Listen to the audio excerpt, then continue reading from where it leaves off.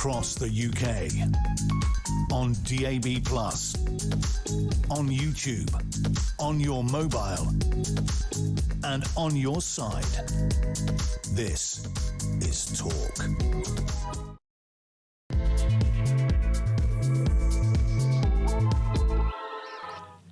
Hello and good morning to you. I'm with you for the next 3 hours, getting you up to speed with everything in today's news. Now, shortly, we'll be crossing live to Andy Burnham because he is about to give a speech on his social care plans for England. Now, I think the big question isn't whether or not we need social care. Clearly we do. We've got lots of hospitals straining under the weight of especially elderly people who are trapped in hospital beds because they cannot be sent home. And as the population gets older, the price tag goes up and up and up. And so making the case for needing some sort of national social care service of itself doesn't seem like a bad idea. But what we really want to know is, where is the £18 billion price tag? Well, where's that going to come from? Who is paying for it? We have it suggested to us that the bigwigs of Whitehall, the apparatchiks in our civil service, have been coming up with various ways in which this could be funded. And the plans could involve a 1.8% tax on all earnings above £6,240. Paid by workers over the age of 34. So unlike national insurance, that actually funds current government spending. The fund would be invested on behalf of working-age people to use for the cost of care when they get old. OK, well, you know, you're paying throughout your life and then get that at the end so that someone can make sure that you live in dignity. But here's the rub. OK, £18 billion. I often thought that charity started at home, that the job of a government was to ensure that its own people are looked after. Well, apparently not, because when it comes to spending our money, they would much rather give it to people who weren't born here, who have not contributed to the system and yet seem to use us as some sort of ATM. Let me give you an example.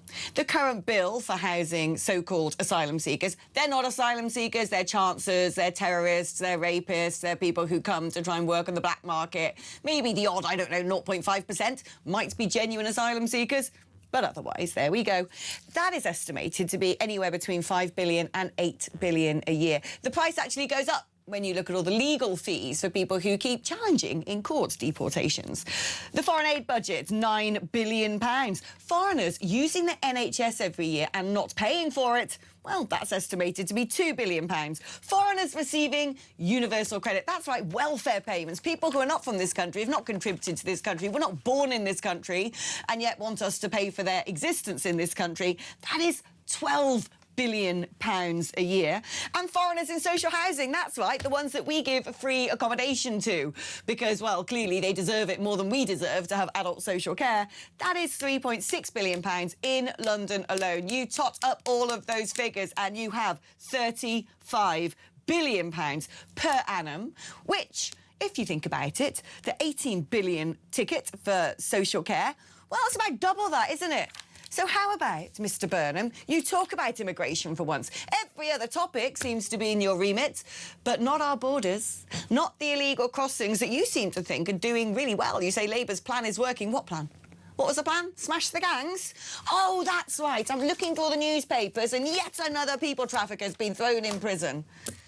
It isn't working. In fact, yesterday marks the first day that a vessel set off from France and managed to get all the way to Eastbourne, for crying out loud. Eastbourne!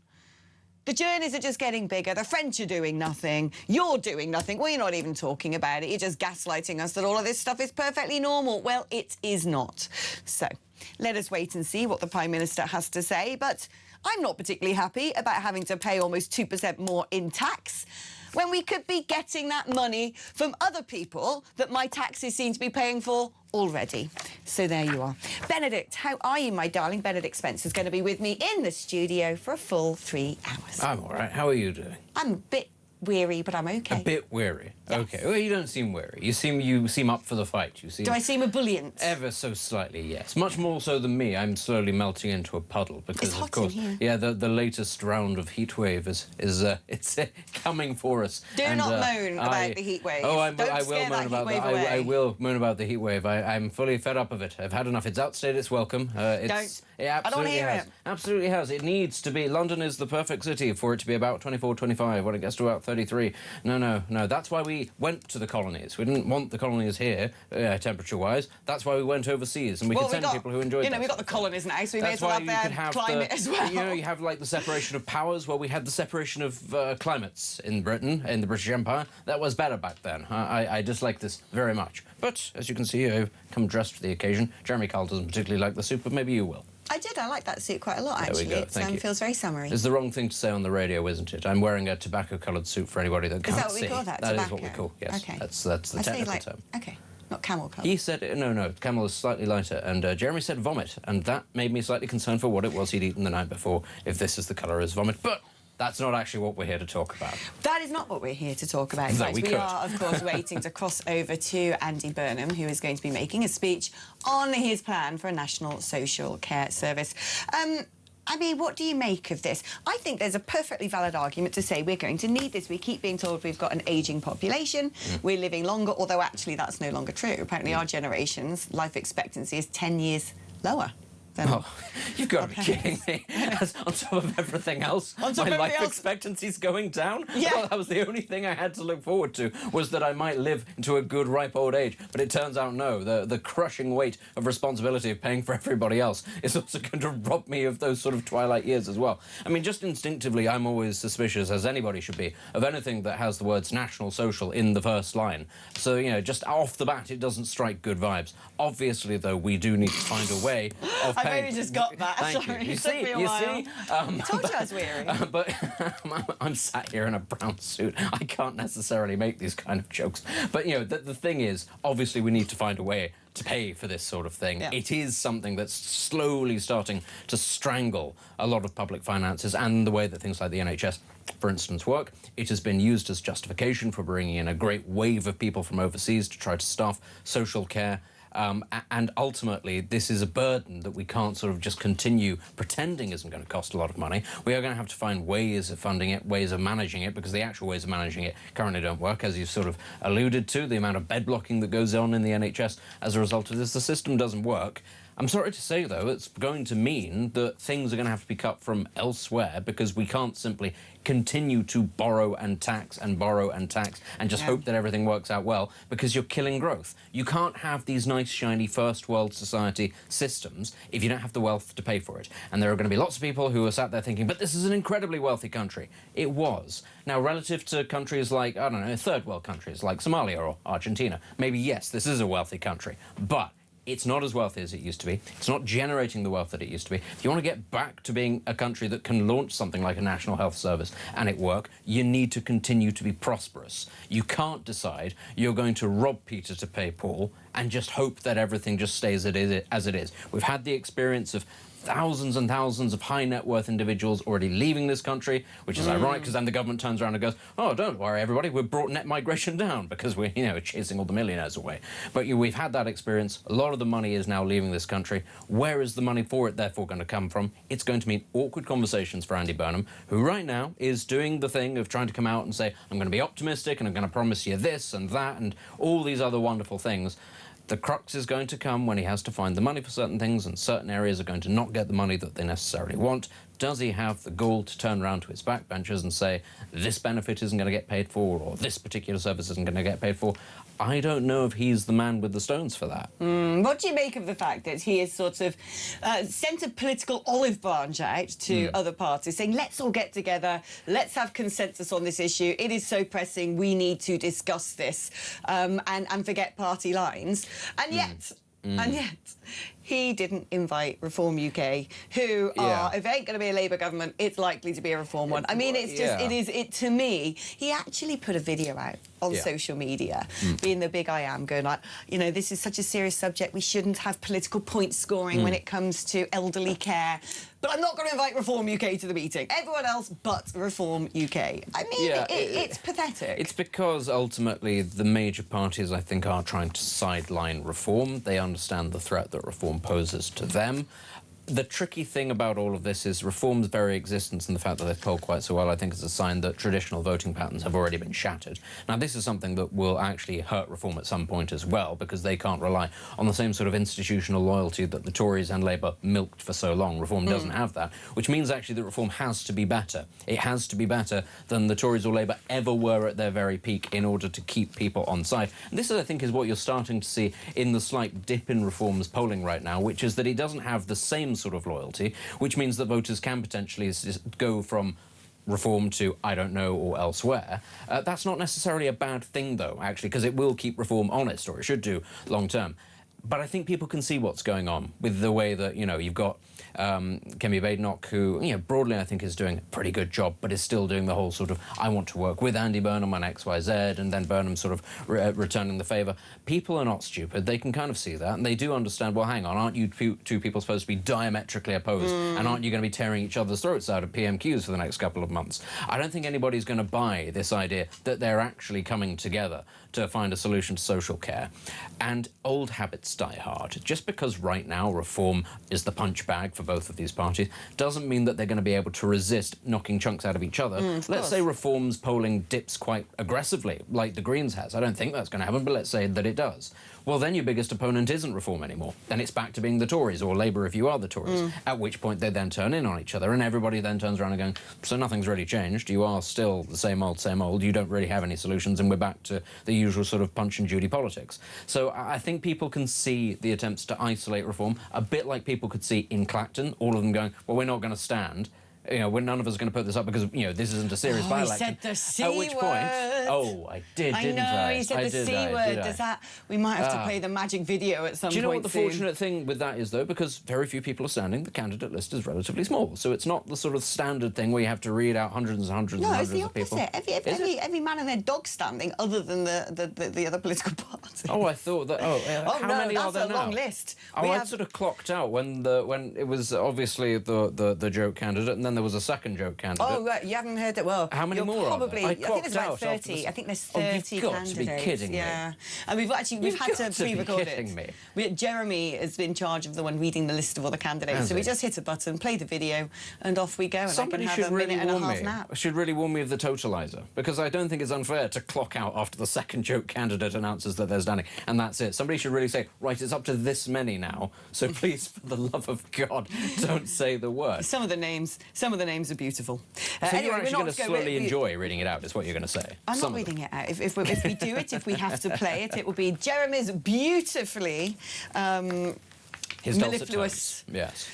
Mellifluous reading skills. Talking about reading skills, actually, while we wait for our new mayor of Great Britain, the mannequin mayor. Honestly, does that man go into, like, Mr. Ben's house and open up his magic box? Because he seems to always be cosplaying in something. He's always got some sort of, you know, his black T-shirt look, his suit look, his jogging kit look, his high-vis jacket look. It's like, wow, what's he going to wear next? What I would say is I quite liked the mail splash about that jacket that cost an awful lot of money. The thing was, up until that point, I've been sort of sat there going, oh, he's just wearing a T-shirt, this is so childish, this is so undignified. And then he was pictured wearing a private white bomber jacket or something like that, or a parka, and I suddenly thought, oh, actually, that's not bad. I quite like that. I'm a big fan of people spending outsized amounts of money on very aggressively British-made clothes. And this is one of those companies that sources absolutely everything. Not quite locally, but it's one of those very much, you know, I mean, clues in the name. It's, you know, named after a Victoria Cross recipient. It's very much a, you know, this is a British-made kind of thing. And it's so expensive because it pays people a proper amount of money to actually make the clothes. So, I was sort of, having been sat there going, oh, he's sloppy, he's, you know, slapdash, why is he not dressing properly? And then he wore that jacket, and I thought, do you know what? Actually, I don't mind that. I don't mind that at all, because somebody's getting a proper wage for that. What I do mind is he seems to be a man more obsessed with making videos for TikTok than he is on discussing the big issues facing the country. We are still, of course, waiting for our Prime Minister to come and explain what he wants to do about adult social care, and hopefully he'll tell us how he plans to pay for it, or how we have to pay for it. But at the moment, it's Baroness Louise Casey, who is going to be leading a review into the social care sector in England, who is currently doing a little speech in what looks like an old people's home. Now, meanwhile, I don't know whether you've seen these comments made by our new Education Secretary, Lucy Powell, when it comes to spelling and grammar. Because she has decided that, well, it's not necessary to know how to spell anymore. People who leave junior school shouldn't be tested on their spelling and grammar, because she says the spelling test is too obscure. She says that actually kids need to learn how to communicate in written, oral and other forms, because that doesn't involve spelling and grammar. You can just make noises and, you know, put squiggly... Just to use emojis, why don't you? We got an emoji Prime Minister, after all. But then she says, you know, they shouldn't get drawn into some kinds of specific grammar. And she basically criticised the ridiculous assessments and said they were being used to micromanage children. What? Making sure kids leave school able to spell? Do you want to do the last year's SPAG test for Key Stage 2? Oh, that could be fun. This could be quite... I'm happy to subject myself to embarrassment. All right. Do you want to know what, you know, the ridiculous, obscene, micromanaging spelling test involves? All right. So here's the spelling script. Oh, dear. So, we think Andy Burnham's good. There you go, saved by Burnham. By the Prime Minister. Here he is. Here's the Mayor. Good morning, everyone. Thank you so much. Lovely welcome there. I'm just looking around the room. I see a lot of faces who've been on this journey with me for a long time. Many of you, you know who you all are. You've probably got a feeling of déjà vu, don't you? You've probably got that, but don't have that, because this time we're going to do it, right? We're going to do it. You don't take anything on without doing it, do you, Louise? So let's make sure we do. And lots of new faces as well. Fantastic to be with you all this morning. I was going to speak from notes, but for the reasons Louise just gave, you can't, can you? You can't speak from notes. I've just got to speak from the heart when it comes to this issue, because it is very, very personal for me right now and for my family. We've kind of lived it in the last few years from the inside, and the only thing you can do is talk from that. Why you can't do this job, in my view, without bringing all of that to it, and kind of then using that emotion, if you like, to kind of make the change and be brave in making that change. And that's what I intend to do, as I'm going to explain. There's lots I can say about what's wrong with the system. I will come to that. But I want to start with what's good about the system, because sometimes when we talk about social care, we don't do that enough, do we? And I see so much good in terms of the journey that we've been on. And I mean, I'm talking about the people who've cared for my dad. Hundreds of them we've seen and we've watched. You know, when someone in your family is receiving care, you look at everything through new eyes, don't you? You notice things that maybe you didn't notice before, because you watch it so closely and so carefully. And I've just been really, I don't know, overwhelmed by their care, the skill in what they do, the professionalism. It really is incredible, and it's humbling to watch them caring for someone else's dad or someone else's mum. If you think about that, you know, bringing all of that to the care of someone else's relative, it's just an incredible thing, isn't it?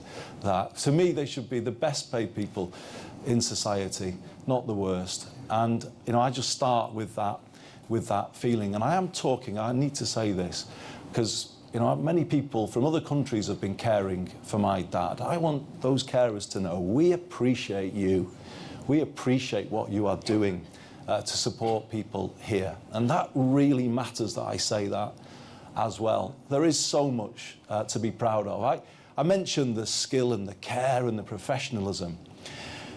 I watch sometimes how people communicate with my dad, and they're able to catch a moment of the old character. It kind of just will come out because of the way they draw in the conversation, and that is an amazing talent to have. But also moving from a wheelchair to an armchair, or from there to a bed without distress or discomfort, it is incredibly demanding and skillful what they do, and that needs to be recognised. I also want to recognise the good organisations, care organisations in all sectors, and as Louise said, we are really lucky to be in one today. I visited Jewish Care here in Enfield with the Member of Parliament, Sarah, 10 years ago, just about, and I remember thinking, well, this is the gold standard, this is how it should be, and we're lucky to have a sister organisation in Manchester called the Fed,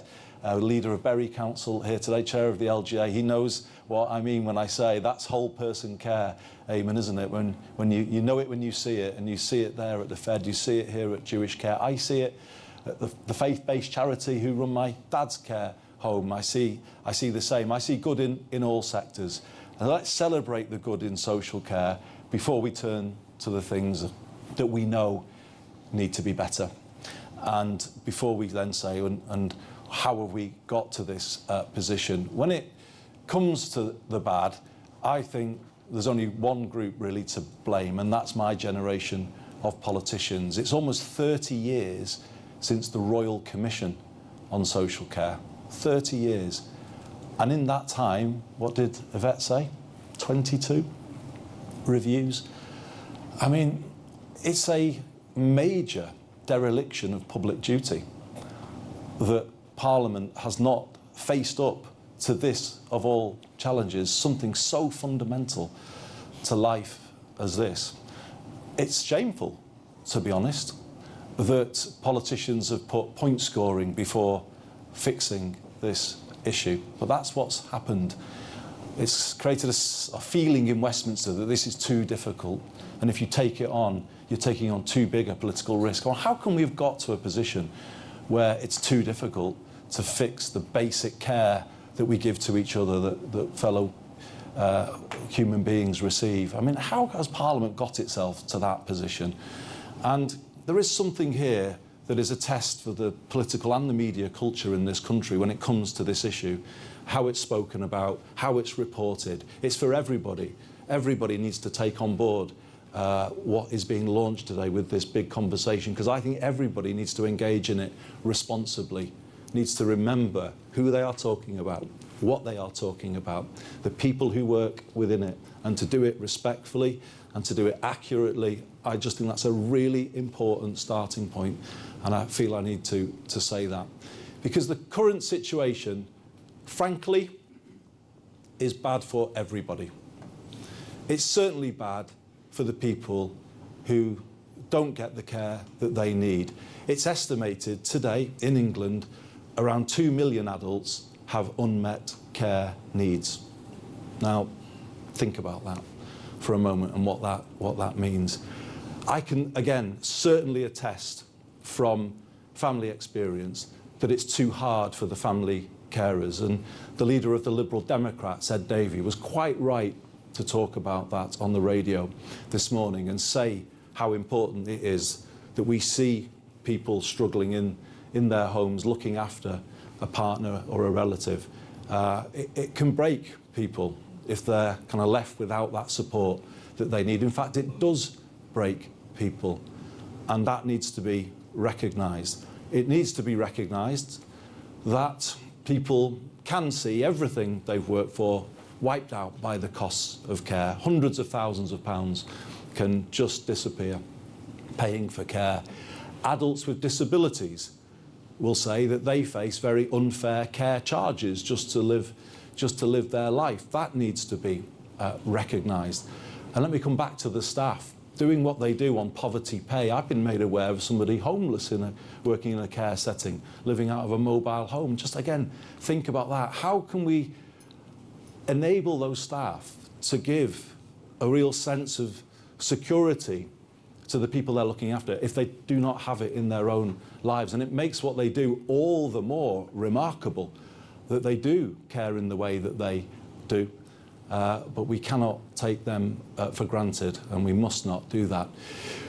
So it's bad for everybody in this, but it's also bad for the National Health Service. And let me just say something about that. Again, I've had experience in the system as it currently is, which is trying to give out care in 15-minute slots, because honestly, that's all that councils say that they can afford for many people. It's fine if the needs are moderate and you can complete the task within that time slot, but what if they're not? What if the needs become moderate or severe and you try and carry out everything within 15 minutes? I can tell you from experience that that can be a recipe for quite significant chaos if you are not careful. And it leaves the staff in a really difficult position, because often what they are told, if they have a problem and they can't complete what they're doing, ring 999. Yeah. Ring 999. And I heard a few kind of yeses in the audience and a few nods. I know, and I'm saying this, there'll be people watching who know what I'm talking about. That can be a really frightening experience, because it often isn't the case that that person needs hospitalisation. In fact, you could say it's the worst place for them to end up. But once that process is underway, it's very difficult to stop the drag of the system into hospital and then everything that comes from that. That's bad for the NHS too and the staff who work there. It's a lose-lose situation, because often people then spend a long time in A&E, a long time in hospital, but then fit to be discharged and can't be discharged. It just is a pressure that the NHS struggles to meet. And look at it in the numbers.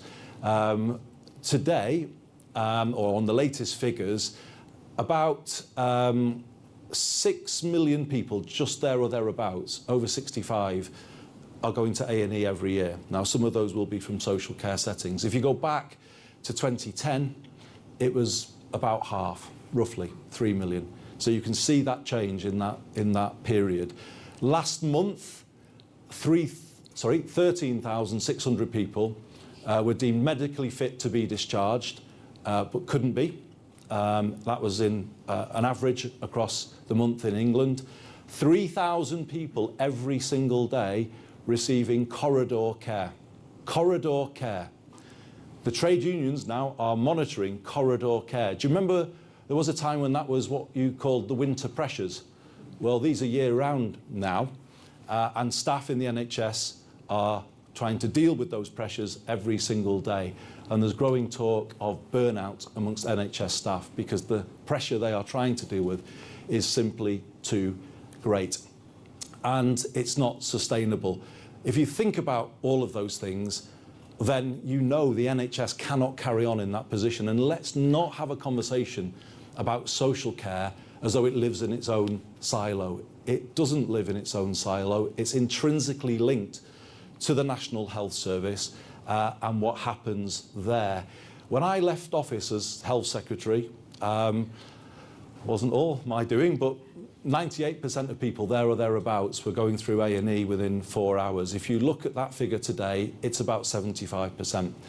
And there is just no way that we can restore the NHS to the standards that we would all want to see without fixing this issue.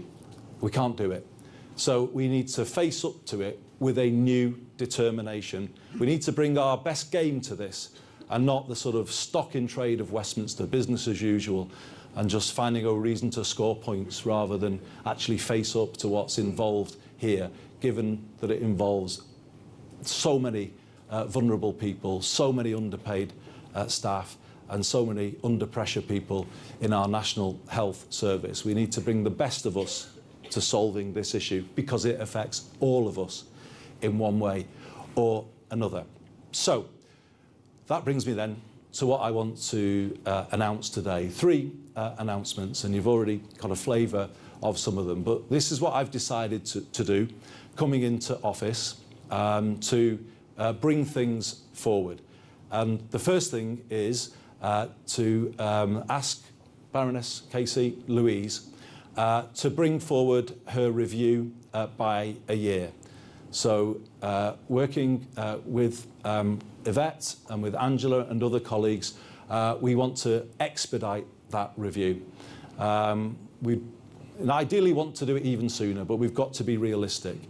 But if we say a year from now that we have that independent review, then I think we can rise to this challenge with the urgency it requires. So that's the first announcement. And let me also just say something about what I want that review to address. I go back to what we proposed in 2010, and Phil Hope was Minister at that time, a national care service. A national care service. Well, why do we talk about that? Because we need to talk about a system that can become highly integrated with the NHS. Social care is different. It has to be person-centred. If it's not person-centred, like the brilliant care provided here at Jewish Care, then it won't be what people would recognise as social care. You don't want to over-medicalise care, but it has to be very integrated with the rest of the system. It has to be preventative in its character. It has to be person-centred.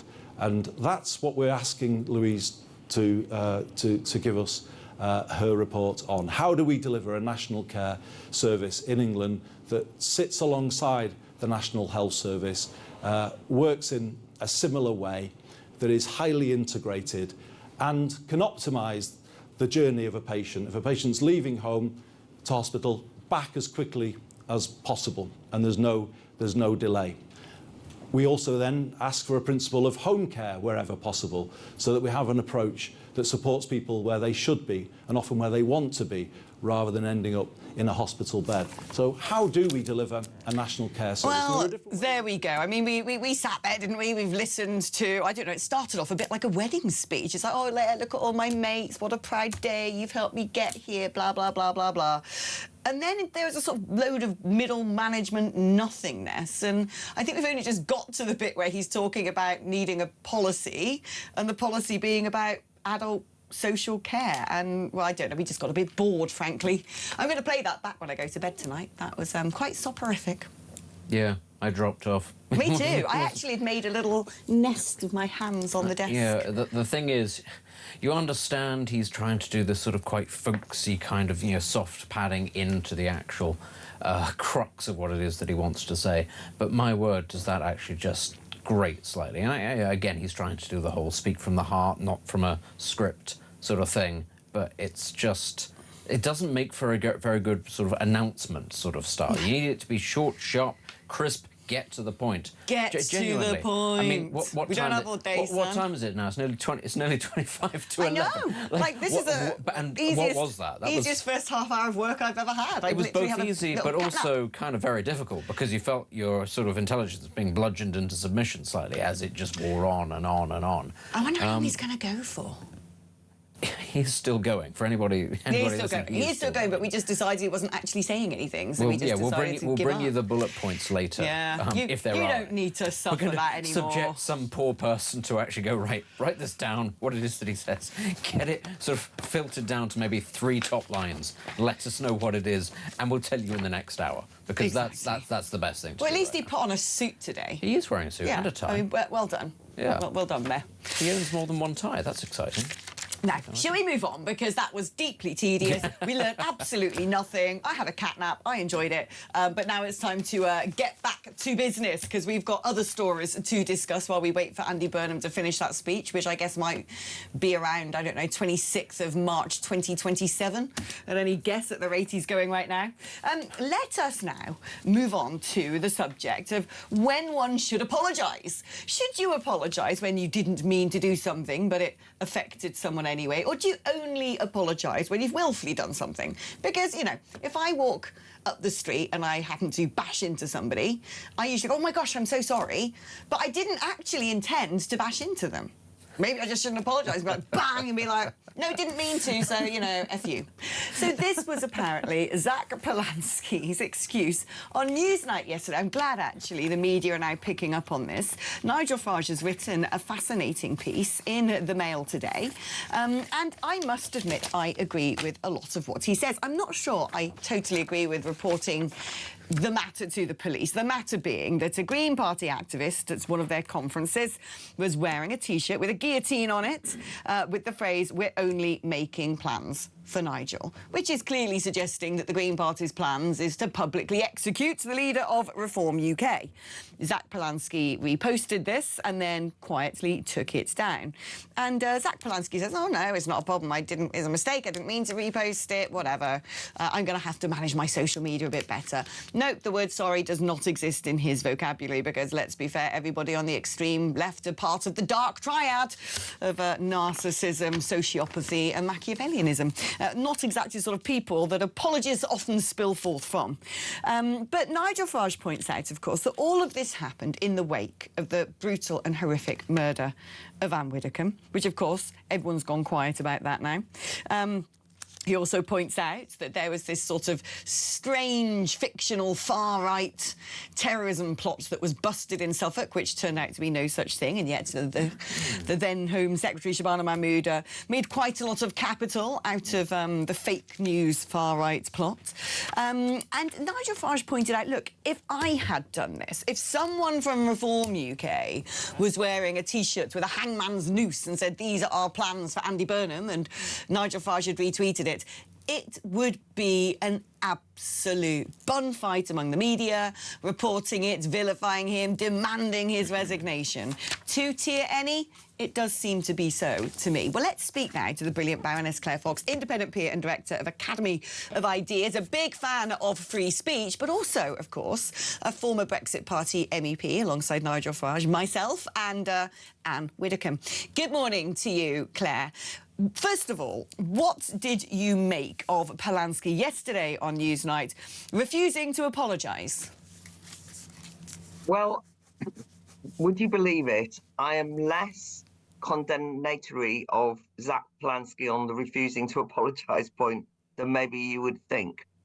I'm very worried about the fact that despite the dangerous nature of two-tier, policing of speech, I get very concerned that the instinct of, Nigel Farage and of Reform is to say, in order to level the playing field, what we have to do is clamp down on other people's speech, go to the police, turn this into an incitement issue, and as a consequence, we end up with less free speech than we did before.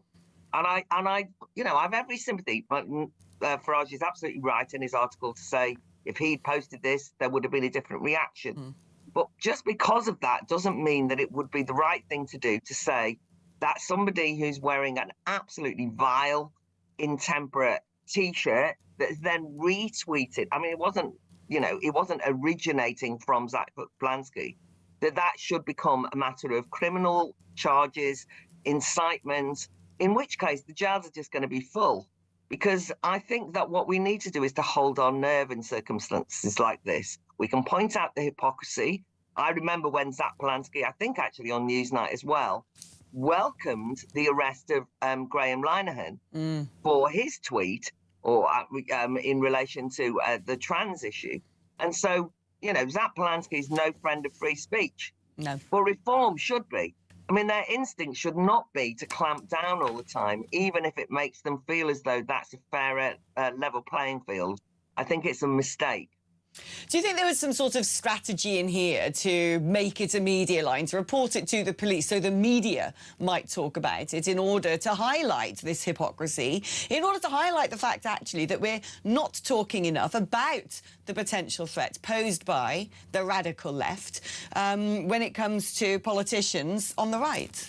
Well, you've got to be careful about your strategy and your tactics, haven't you? Because that way you can get trapped. I mean, you're going to end up being... what's going to happen is that somebody will retweet an inappropriate tweet by somebody else, somebody from Reform, and then all hell will break loose and everybody will say double standards, double standards. So I just think, what I want is a frank and open discussion. I think it's important, of course, that we talk about the way that people have accepted that political violence is appropriate. I obviously, like you, and like everybody, I think, I'm still in shock about what's happened to Anne Widdecombe. I can't get over it, really. I mean, it's horrendous, and the fact that people not only just accepted it, but just kind of normalize it, and some people celebrated it. Yeah. That is absolutely true. I also think that the way that we are dehumanizing and isolating what are described as, beyond the pale politically, and that's reform, in a way that's being done by mainstream parties, it almost makes it kind of open season. And I think that's a dangerous thing to do. I think that the hyperbole and the viciousness of the way that, a populist party, for want of a better expression, is being described, which basically writes off all the millions of people who voted for it as somehow beyond any kind of respectable political discourse. That is a dangerous mood. All I'm saying is we shouldn't ourselves kowtow to that. We have to be very, very careful here, because the one thing that I am absolutely convinced of is that in order to improve things, to make change politics for good, which is what I want to happen, is we need more open discussion, more less fetters on what we say. And in fact, if we're going to say that, Anne Widdecombe made a brilliant speech at the Oxford Union making that very point. It's hugely crucial to any radical movement, anyone who wants to change the world, that we do not keep inviting the authorities to arrest people or investigate or clamp down on speech which we find vile, offensive, and sometimes aggressive and aimed at us. And as it happens, Zack Polanski didn't do that. He endorsed it. We should condemn him for his double standards and his hypocrisy, but keep well away from clamping down on speech. I do find at the moment, sort of watching politics, everything is so puerile. It's like watching school. Zack Polanski being asked by Victoria Derby yesterday, are you going to apologise? Well, I didn't mean to do it, so I don't see what I should. But are you going to apologise? It was like a kid trying to get out of detention. And I feel like this is where we've got to now with the state of politics in the United Kingdom. And it's interesting talking about, Andy Burnham has said a lot about, well, we need to be more conciliatory. We need to work together. We need to, come together on the big issues across the political divide. And that's what he said about the adult social care. Of course, he started that speech praising Sir Ed Davey for being a carer himself and talking about it on the radio. And then he said, let's all get together and discuss this issue. Everybody. But Reform UK. And it's the same thing going on in that by-election in Clacton. And it just seems a little bit pathetic. It seems like I'm watching the film Mean Girls. Yeah, I mean, I think that's a much more serious issue, in my opinion. I think that what's happening, and actually you can see this happening across Europe in different countries, it's almost as though a kind of decision's being taken that the way that we deal with the rise of parties that are not mainstream is to isolate them, socially and culturally isolate them, so that you don't have to engage with them. And it's called, actually, in the EU, they have a name for it, which is cordon sanitaire. You kind of basically say, do not talk to or have any involvement with those people. Now, as it happens, I was a bit more sympathetic to Andy Burnham's speech on social care than you and Benedict were. I mean, I think what he's very good at is describing, really genuinely getting to the heart of describing some of the problems we face in society. And that's a refreshing change after we've had to listen to Starmer drone on in that way that kind of we all wanted to scream and were screaming when he was talking. Burnham is much better at getting to the nub of the problem. Solving it, whole different ballgame, right? I mean, I'm not in any way suggesting that he's going to know how to deal with it, but at least he describes it in ways that are human and that I actually related to a lot of what he said. I think it's absolutely disgraceful that he then said, this is a national problem that needs to be solved by the serious politicians in the room, and we all need to get together, and then excludes reform. I mean, that is genuinely, it's a stupid word to use, but you've just said about children. It's a bit like bullying, right? It is, yeah, it's like playground bullying, we will involve everybody who's serious, but not those dirty, nasty reform types over there. And I worry about that, because it's become clear that the only way that they feel confident about defeating not just Reform, any challenger party is to try and discredit them in such a way that then they are isolated and not taken seriously. And I think that that's demoralizing. I think that, you know, if you're a local Reform councillor or an activist and you're basically, you know, given the kind of centre Coventry treatment, to use that phrase, or treated like a pariah, somebody who is just despicable and beyond engaging with, that can make you think, God, why would I get involved in politics? And then when they use abuse against you, which you fear might lead to some kind of even physical attack, you can see the tactic there is to basically make it unpalatable to be involved in any kind of insurgent movement. Now that, to me, is the dangerous point. But it's, I mean, it's also, let's be clear on this. For a long time over the past 2 years, Reform were polling almost at 30%, which means 1 in 3 voters, which, frankly, the Prime Minister has just said, you don't matter. Your concerns are of no interest to me. In fact, I'm going to be rude enough to say that you need to be not just ignored, but avoided. And it's interesting because it's parallel with the fact that he has said absolutely nothing about the major issues facing the country today, being legal and illegal migration, 2 topics he wishes to avoid. But at the same time, like I said, I think we need to start having a conversation about the radical left, because in the wake of what happened to Anne Widdecombe, there are huge questions that still need to be answered.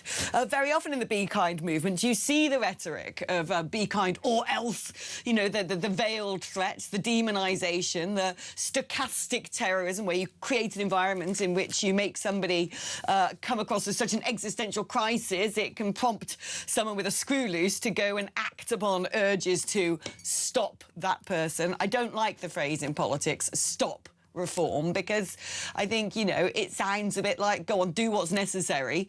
And at the same time, we have an emergence of extreme leftist politics. This is an example of that. So you have a mayor, a Green Party councillor, How You Tam, who's cabinet member for Sanctuary and Healing at Lewisham Council. Yes, a very important portfolio, that. But she has been sharing a map on her social media account showing the precise location of police vans. She's basically been telling people how to avoid police CCTV or facial recognition. The surveillance van, which is deployed in Deptford, she is basically doxing out its location. This, to me, has echoes of the anti-ICE protests in America, which were connected to some pretty militant organisations, such as Antifa. And we're using a sort of military-level OPSEC hygiene to actually go and start trying to drive cars into deportation officers. And I think this is a very serious subject that we need to grab by the nettle. So Right, 2 different things. The first part of what you said, I absolutely agree with. I mean, despite the fact that, you know, my origins are on the left, the leftist discourse that, for example, has done this unholy alliance with Islamism, the kind of the rhetoric that's coming out of a lot of the Green Party, as it happens, but not just the Green Party, parts of the Labour Party as well, which seeks to dehumanise and viciously talk about anybody from, you know, Reform or that they consider to be the enemy of the of their kind of brand of politics, is the opposite of Be Kind, and it's dangerous. And I agree that we need to tackle that, talk about it. We can't let them get away with that in ways that you describe. Right now, wait for it. I, however, hate the use of live facial technology by the state, and I think it's rather dangerous. And if you talk to people like Alan Miller from Together, or you talk to Big Brother Watch, they are also concerned about this from a civil liberties point of view, and I think they've got a point. So for once, I hate to say it, that Green councillor, despite all of my nervousness, and by the way, things that are happening in Green councils at the moment, which are openly anti-Semitic. I mean, they just voted against twinning with Haifa, a liberal Israeli town, city, last night in Hackney, and there was vicious scenes outside the council building, which, by the way, was also had this ridiculous situation of trans activists and pro-Palestinian activists all on the same steps, supposedly on the same side, but not really. I mean, God knows. In which, by the way, a Jewish woman was attacked, apparently, in her being there. So, you know, there's some vicious things going on. But despite all of that, I want us to be able to say that what that Green councillor said about live facial technology, recognition technology has a point. I don't want to be so sectarian that I throw the baby out with the bathwater. I'm not sure it's quite the same as ICE. I think what was closer to that was the reaction that Polanski gave to those police officers who went in and fought in the face of danger when there'd been a stabbing of Jewish people, and he condemned them. I think that's definitely undercurrent. But some of this technology is actually dangerous. And I mean, you know, I've been saying to people, Euston have got live facial technology signs everywhere, go in the other entrance. So maybe you'll condemn me as well. I don't think it's quite the same. I think that we have to, therefore, as I say, hold our nerve, have some principles, say what it is that we disagree with, not just because the people saying it are people we disagree with. Totally agree. Claire, thank you ever so much. Always a delight to have your wisdom, your common sense on this programme. Let's do a couple of messages now before we go to break. Johnny from Carlisle says, please make it stop. Well, he hasn't. He's still going. This man is breaking my will to live already. Alex, just going to the shop to buy some sick bags after listening to our PM, says Chris in Chester. My God, someone hand him a script. Waffle, says Rob in Portsmouth. Listening to Burnham reminds me of one of those sleazy car salesmen who stand there saying, yeah, we'll put a year's road tax on for you, we'll put a year's MOT on, we'll put some foot mats in, blah, blah, without telling you that it's all being put on the final bill. Quite. Jane says, morning, guys. Just listening to Saka and Andy. He's talking like a local councillor to that small audience. He's saying nothing. Give me strength. Anyone who falls for this BS is stupid. Listening to Andy Burnham on NHS and social care. We'll sort illegal immigration out and overseas aid. That will raise billions for these sectors, says Jill in Newcastle, a point that I was also making. Another invited audience, a speech sending viewers and listeners to sleep, and he still hasn't said what he's there for. And frankly, he's still chuntering away. Lord knows what he's saying. We'll get the details at some point. We're going to take a short break now, and when we come back, we're going to talk about what changes in viewing habits and what it might mean for the BBC. That's after this.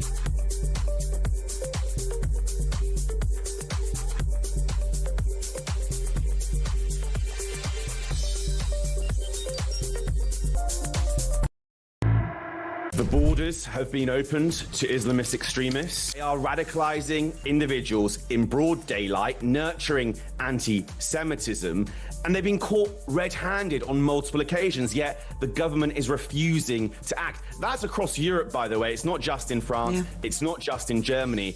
It's here. It's happening here in the United Kingdom. It's happening on our soil.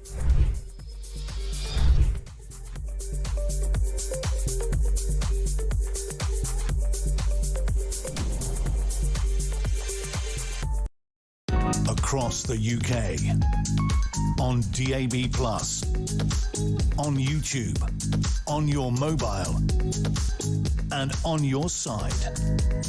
This is Talk.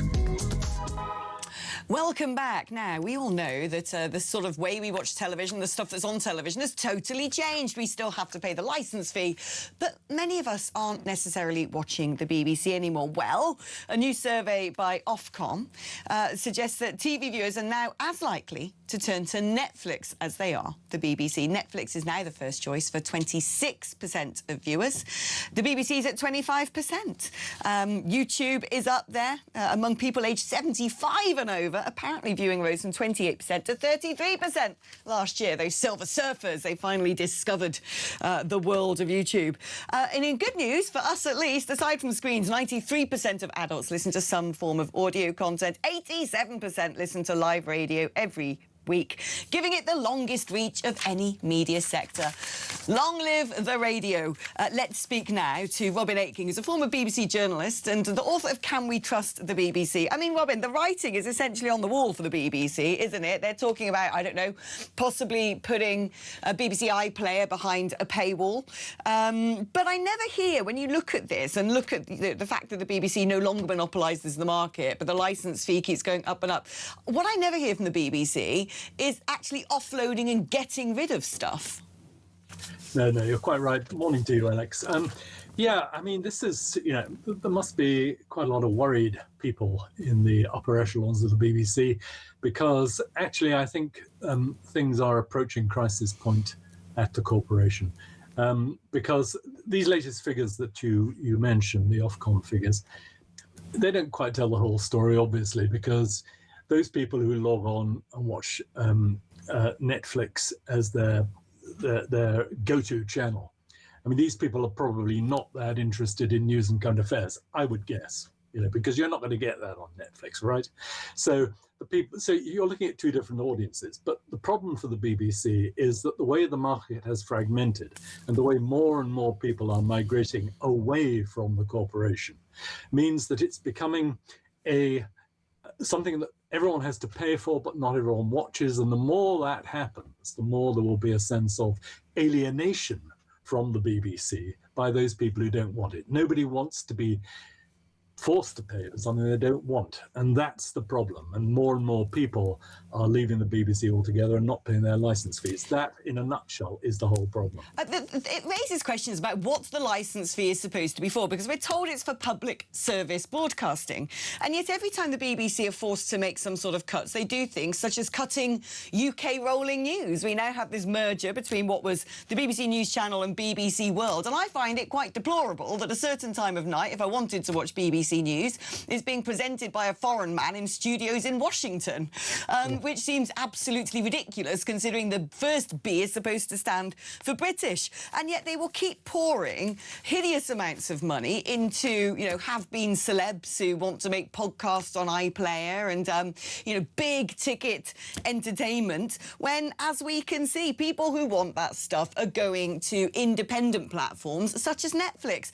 Perhaps we should turn around to the BBC and say, look, if you're going to get the licence fee, focus on news, focus on information, focus on current affairs, because that is the public service that you're supposed to provide.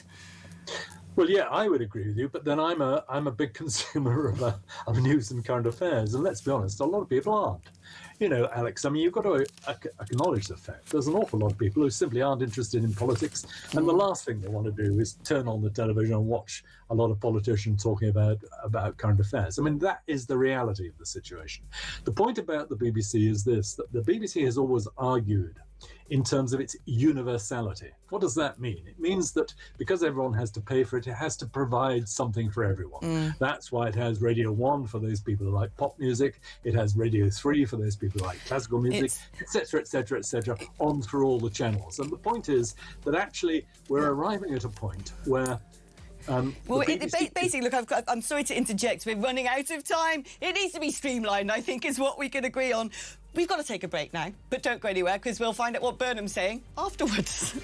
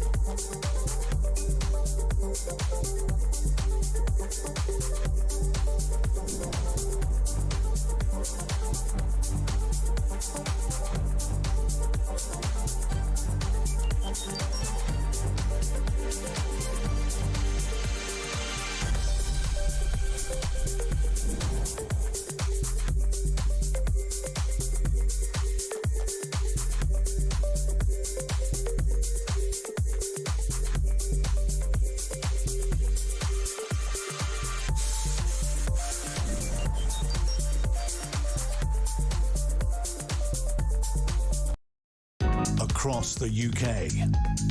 On DAB+, on YouTube, on your mobile, and on your side. This is Talk.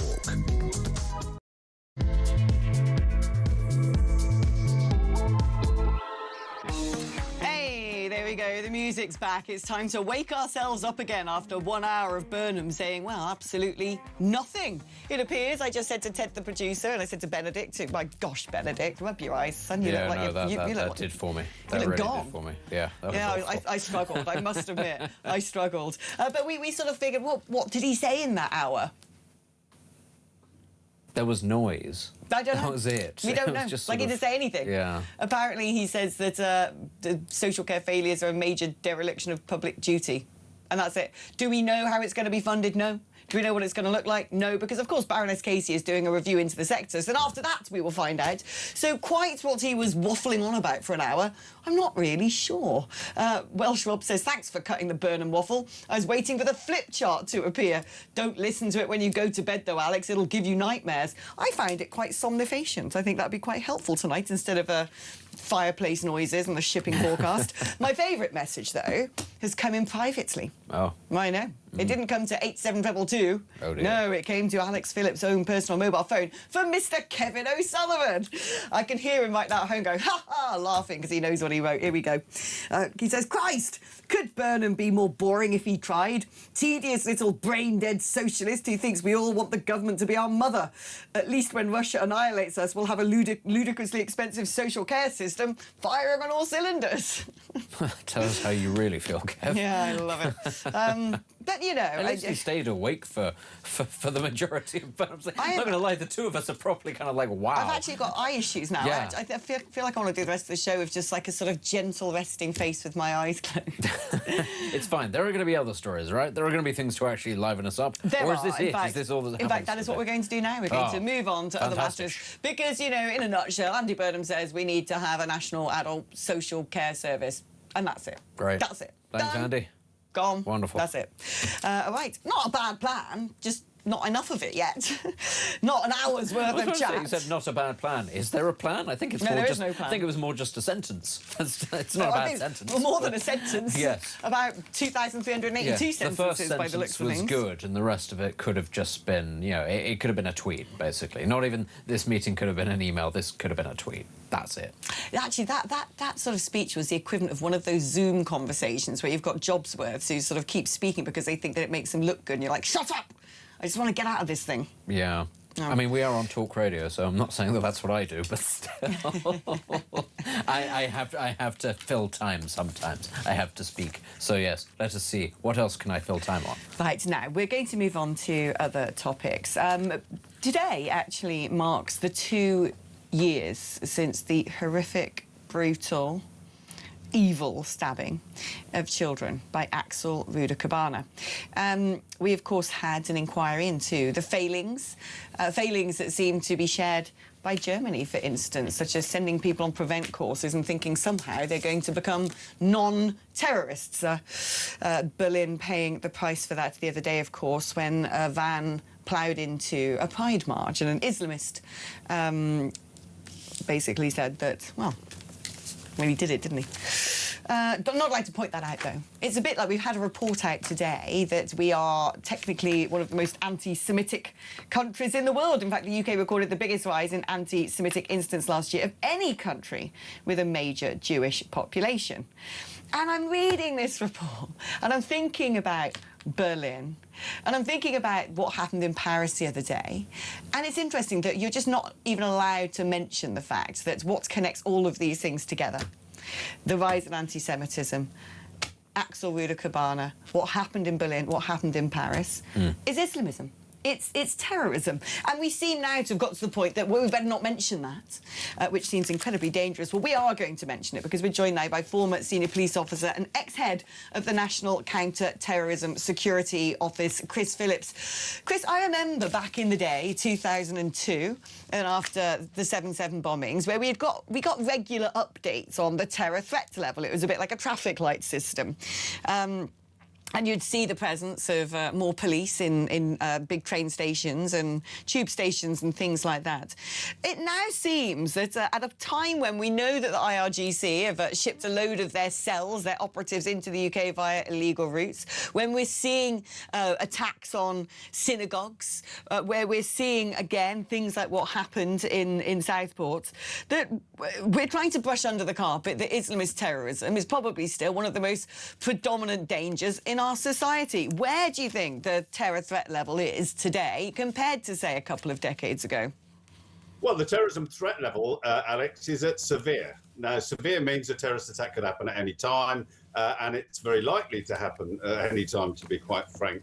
And it shouldn't be a surprise to anyone. If you import huge numbers of people who are brought up to hate Jews, that there's a rise in anti-Semitism in the country that they go to. And, you know, I was talking to a guy the other day, just in, you know, he was Bangladeshi, and his hatred for Jews and the blaming them for every part of the ills of all society was just incredible. And we've imported huge numbers of people, so we shouldn't be surprised that we've got this rise. And yet it seems to me that no one's allowed to connect this with the word Islam. I mean, even you've avoided saying the word Islam there, and it's clearly the common denominator. And, you know, what is becoming apparent to me the other day when Shabana Mahmood made a big song and dance about the threat to the Islamic community. They had an emergency security meeting, you know, community leaders from that faith, to discuss how endangered they are. And there was this supposed far-right terror plot where the police had to go bust them apart, and then absolutely no charges were brought against this supposed far-right organisation, this group of people. And the general public, the mask has slipped now. The jig is up. We can see what's going on. And yet no one seems to actually want to tackle this. How dangerous is that? The fact that we're not having a national conversation, that essentially a lot of this toxic ideology is being spread within communities, within mosques in this country. Well, the conversation is going on. Let's be quite honest, Alex. The conversation about the problems that are happening in this country are going on, and the cause of it. It's just not being carried out. The will is not being carried out by those who have power. And that is quite incredible. And it's seen effectively the demise of the Conservative Party previously, and now Labour are harking at. And then you've got the Greens, who just have incredible policies. And the naivety of these people is just ridiculous. The simple fact is 75% of the threats of terrorism in the UK comes from extreme Islam. That's said by MI5, it's right out there. And yet, as you say, as soon as an attack takes place, it's very important, it seems, from politicians to try and spread the blame wider than the evil people that are actually committing it.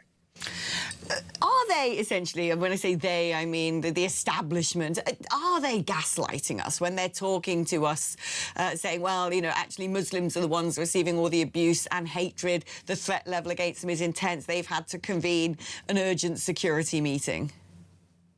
Well, for some reason, they don't want to talk about it. And let's be quite honest, I think they kind of realise that there's very little they can do. They've allowed the problem to grow and to formulate. In the UK, we now have a huge number of people, 40-odd thousand, 45,000 plus, that are on the terrorism watch list. Then we've got people from the extreme end who aren't even on that watch list. And then, as we heard earlier, we've got 500 to 1,000 people coming in some days, all of whom we have no idea who they are. So the level of the problem is so great that I think the politicians are scared to talk about it. And I think you're absolutely right, and I think it's endangering all of us. Now, I want to talk to you about another form of terrorism.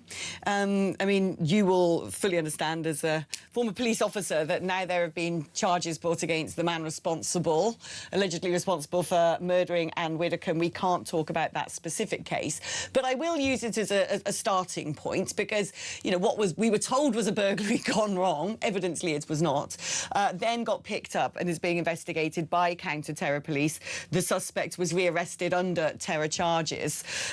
Surprisingly, we're going to be waiting a long time for that trial. I think it's about a year, which seems strange. It's disgusting. Yeah, why? Why is it? Why are we waiting that? What you would think, you know, a very famous politician being murdered in her own home and counter-terror police taking over this, you'd think that they would rush that to court quite quickly.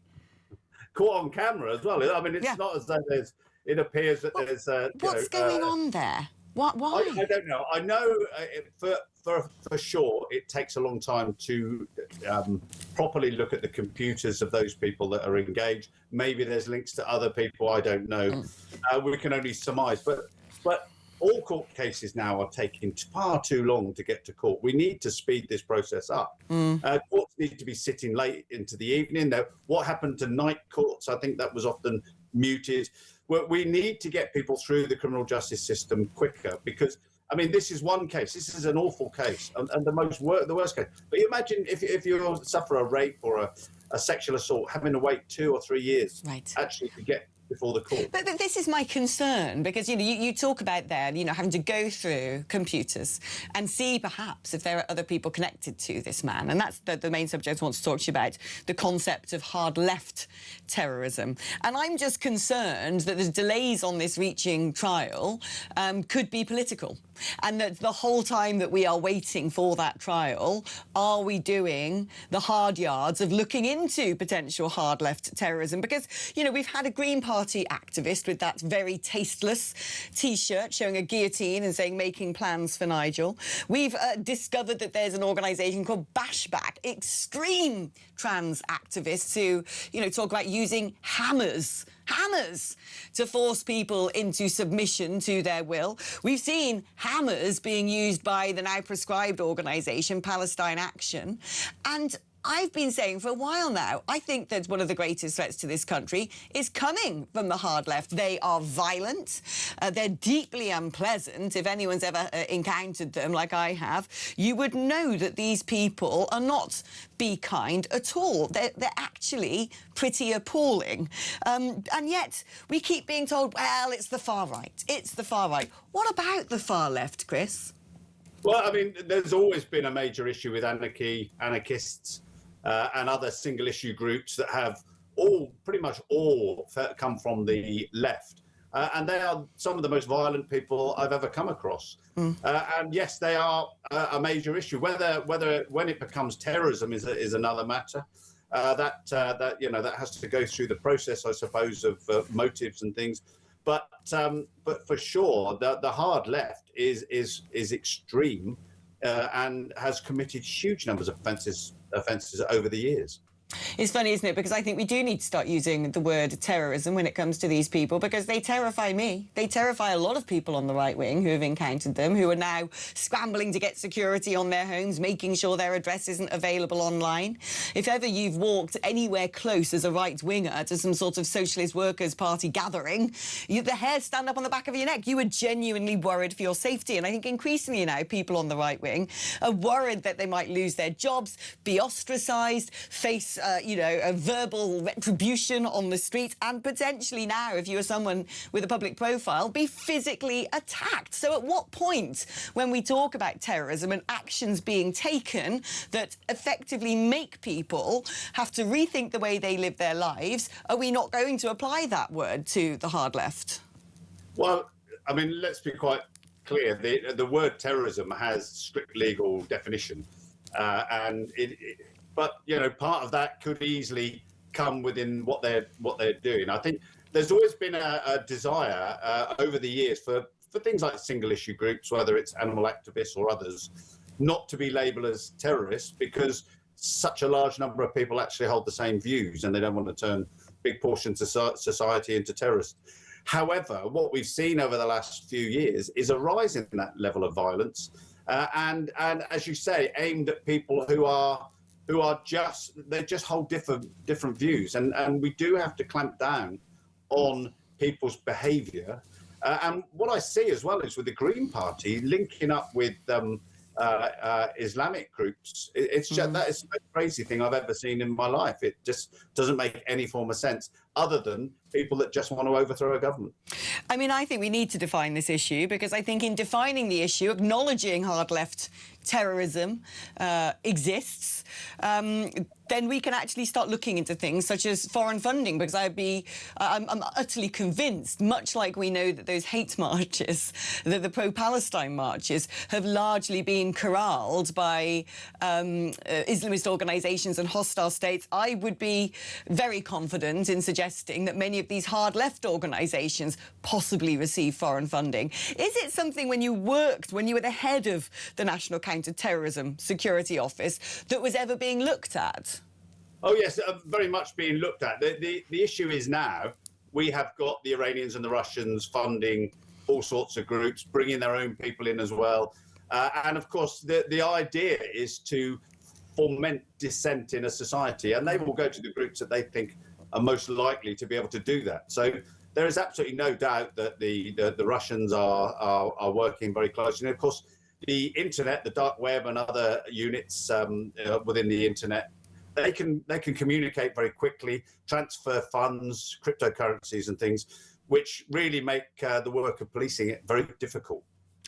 Chris, it's been fascinating talking to you. Thank you ever so much for joining us. Chris Phillips, former senior police officer, ex-head of the National Counter-Terrorism Security Office. It's funny, isn't it, when we're talking about, the dangers of the hard left, the hard right, the far right, the extreme right. We've heard this for ages and ages, and where have been the hard right terror attacks? I've not seen them. Where are the brown shirts and the skinheads? Not really seen many. And yet we have repeatedly now these increasingly unpleasant gatherings of the hard left with threatening behaviour, carrying placards and slogans that say revolting things. We potentially have somebody who's been murdered as a result. We don't know for sure yet. But I am deeply concerned that we are, once upon a time last year, last century, we fought communism. We seem to have imported some of the worst elements of extreme left-wingery. It's dreadfully disruptive to society, incredibly divisive. And on the right, if we even dare suggest that this goes on, well, we're not allowed to. Yeah. We're not allowed to point it out. A lot of this, of course, downstream of the sort of militant stuff that we see in the United States. But what we don't actually have in the UK is the sort of the counterbalance to militant leftism that you get in the United States, which is fundamentally the right to bear arms and organisation of, right-leaning militias. So when you talk about, domestic terrorism in the United States, there's a lot of it more broadly because it's a far more violent culture. We exist downstream of a lot of stuff that comes from the United States, and in our sort of political discourse, you have one truth, and that is that Britain's modern foundational state exists because it fought the Nazis, and that Nazism is the worst possible thing, and therefore you can sort of claim that everything that sort of touches on right-wing politics can be in some ways linked to Nazism, and Nazism is, as you know, bad. So you're able to import the nastiest elements of left-wing sort of activism, and it's accepted and it's justified because it's in opposition to Nazism or fascism, whatever it might be. It's a good thing that we don't actually have, the counterweight to that, because you don't want armed right-wing groups necessarily running around Britain either. But what you therefore have is a sort of a tacit acceptance of increasingly violent left-wing activism. Now, we need to remember there has been a far-right assassination of a politician in this country in the last decade of Joe Cox, but it was very much a sort of an out-of-the-blue kind of situation with a particularly deranged individual. It was not, in fact, the start of an insurgent decade of right-wing terrorism. It wasn't like in Italy when you had the years of lead, where you had lots and lots of sort of organised terrorism on both sides. That needs to be borne in mind here. One individual, one isolated incident there led to an appalling outcome. But what we've seen, for instance, with Islamism is you had one in terms of 7/7 and then an ongoing sort of slew. And what we're starting to see emerge, I would argue, on the left is a similar thing, what I call the rainbow assassins, especially in America. If what we had in this country was a far-right threat in the same way that we have an Islamist threat, you would have seen more of these sort of lone wolf attacks getting through, because by nature it's to do with volume. But if you have enough of them, they get through. And we've turned a blind eye to left-wing activism and left-wing violence, because everything is set up in this country in opposition to fascism. And if you put yourself as an opponent to fascism, you are sort of given a little bit more leeway to get away with things. That is why we turn a blind... That's the disguise that they use. Yeah, but that's why we turn a blind eye to this. Are we not essentially now enabling the importation of what's been going on in America? People trying to assassinate Donald Trump. I've been thinking Thomas Crooks, the guy who has been allegedly held responsible. We don't know yet. I think it's Tyler something who killed Charlie Kirk. We are beginning to see now, and you see them, you know, their sort of mad short blue hair and their nose rings. Was it Minnesota where a couple of local politicians were also assassinated? A couple of Republican local politicians were. No, I didn't know that. No, they've been. These are the two high-profile ones. There are quite a few. Are we now seeing, because we're not doing anything about it, talking about it, labelling it, acknowledging it, pretending it doesn't exist? Are we now going to be enabling radical left-wingers from going out and perpetrating acts of violence? This is the problem. I think because our state is so obsessed with control, it will react if we see that sort of uptick in violence. But it'll react by cudgeling everybody. Yeah. And that's when you get, say, the crackdowns on free speech. It's always the response. Political violence in this country leads to politicians saying, you know what the problem is? People on Twitter, people saying what they think. And that'll be the response. There will be an uptick in monitoring of left-wing groups. Absolutely there will. But it won't be that the politicians look at this and go, they are the specific danger. They'll use it as an opportunity to take lots of people's liberties. And everyone else. Right, we're going to be taking a short break now. When we come back, we're joined by Maxwell Marlowe, who's the Director of Public Affairs at the Adam Smith Institute. We're going to be talking numbers. We're going to be asking about Burnhamomics. That's after this.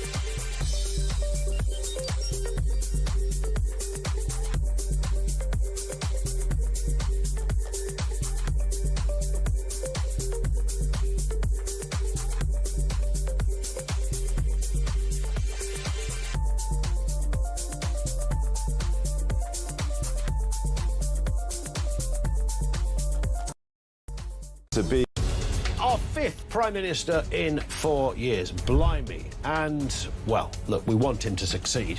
But will this one be any different? Andy Burnham, the new head honcho. 1 minute he was Mayor of Greater Manchester. What, a month and a bit ago, he wasn't even an MP. The next, he's holding keys to number 10. You know what? I'm trying so hard not to be cynical about it all, but I'm trying to keep, not hope. I'm sick of hearing about hope already. He's only been in government for 5 minutes, but I want them to succeed because I want Britain to succeed. Across the UK, on DAB+, on YouTube, on your mobile, and on your side. This is Talk. Well, hello, welcome back. I was just trying to quickly finish a biscuit then as the countdown was going on. I think I've got bits of oat between my teeth. It's a really woke biscuit. You need to reveal that. That's what I said. That's what I said to Jeremy Carr when he offered them to me. He said, do you want one of my oat things? And that's a bit woke, isn't it? Oat biscuits is wrong. I'm sorry. They're quite nice, actually. I'm not going to lie. All right, relatively. Although they do leave bits. You need chocolate hobnobs. That's what you need. Right, anyway, on that note, let us talk about, well, economics. Burnham, I can't say it. with oat biscuits in your teeth. That's going to be Burnham. You just want to say Burnham Onyx, not Burnham Omits. Yeah, it doesn't work. Much like the policies, the word itself doesn't really work. Well, much like 18 to 25-year-olds, who apparently also don't work, so much so that Andy Burnham is going to bribe their parents by giving them £4,500 to encourage their children to start an apprenticeship. Make that make sense? Well, let's ask Maxwell Marlowe about it, because it seems to me this idea of, well, you know, you're getting all these benefits because your kid's at home.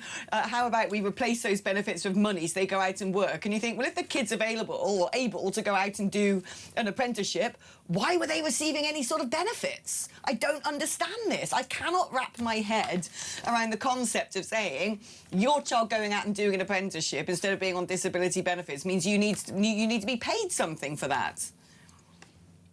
Actually, sorry, Alex, sorry. I'm usually on with Julia. I do apologise. That's all right. Just flipped into it.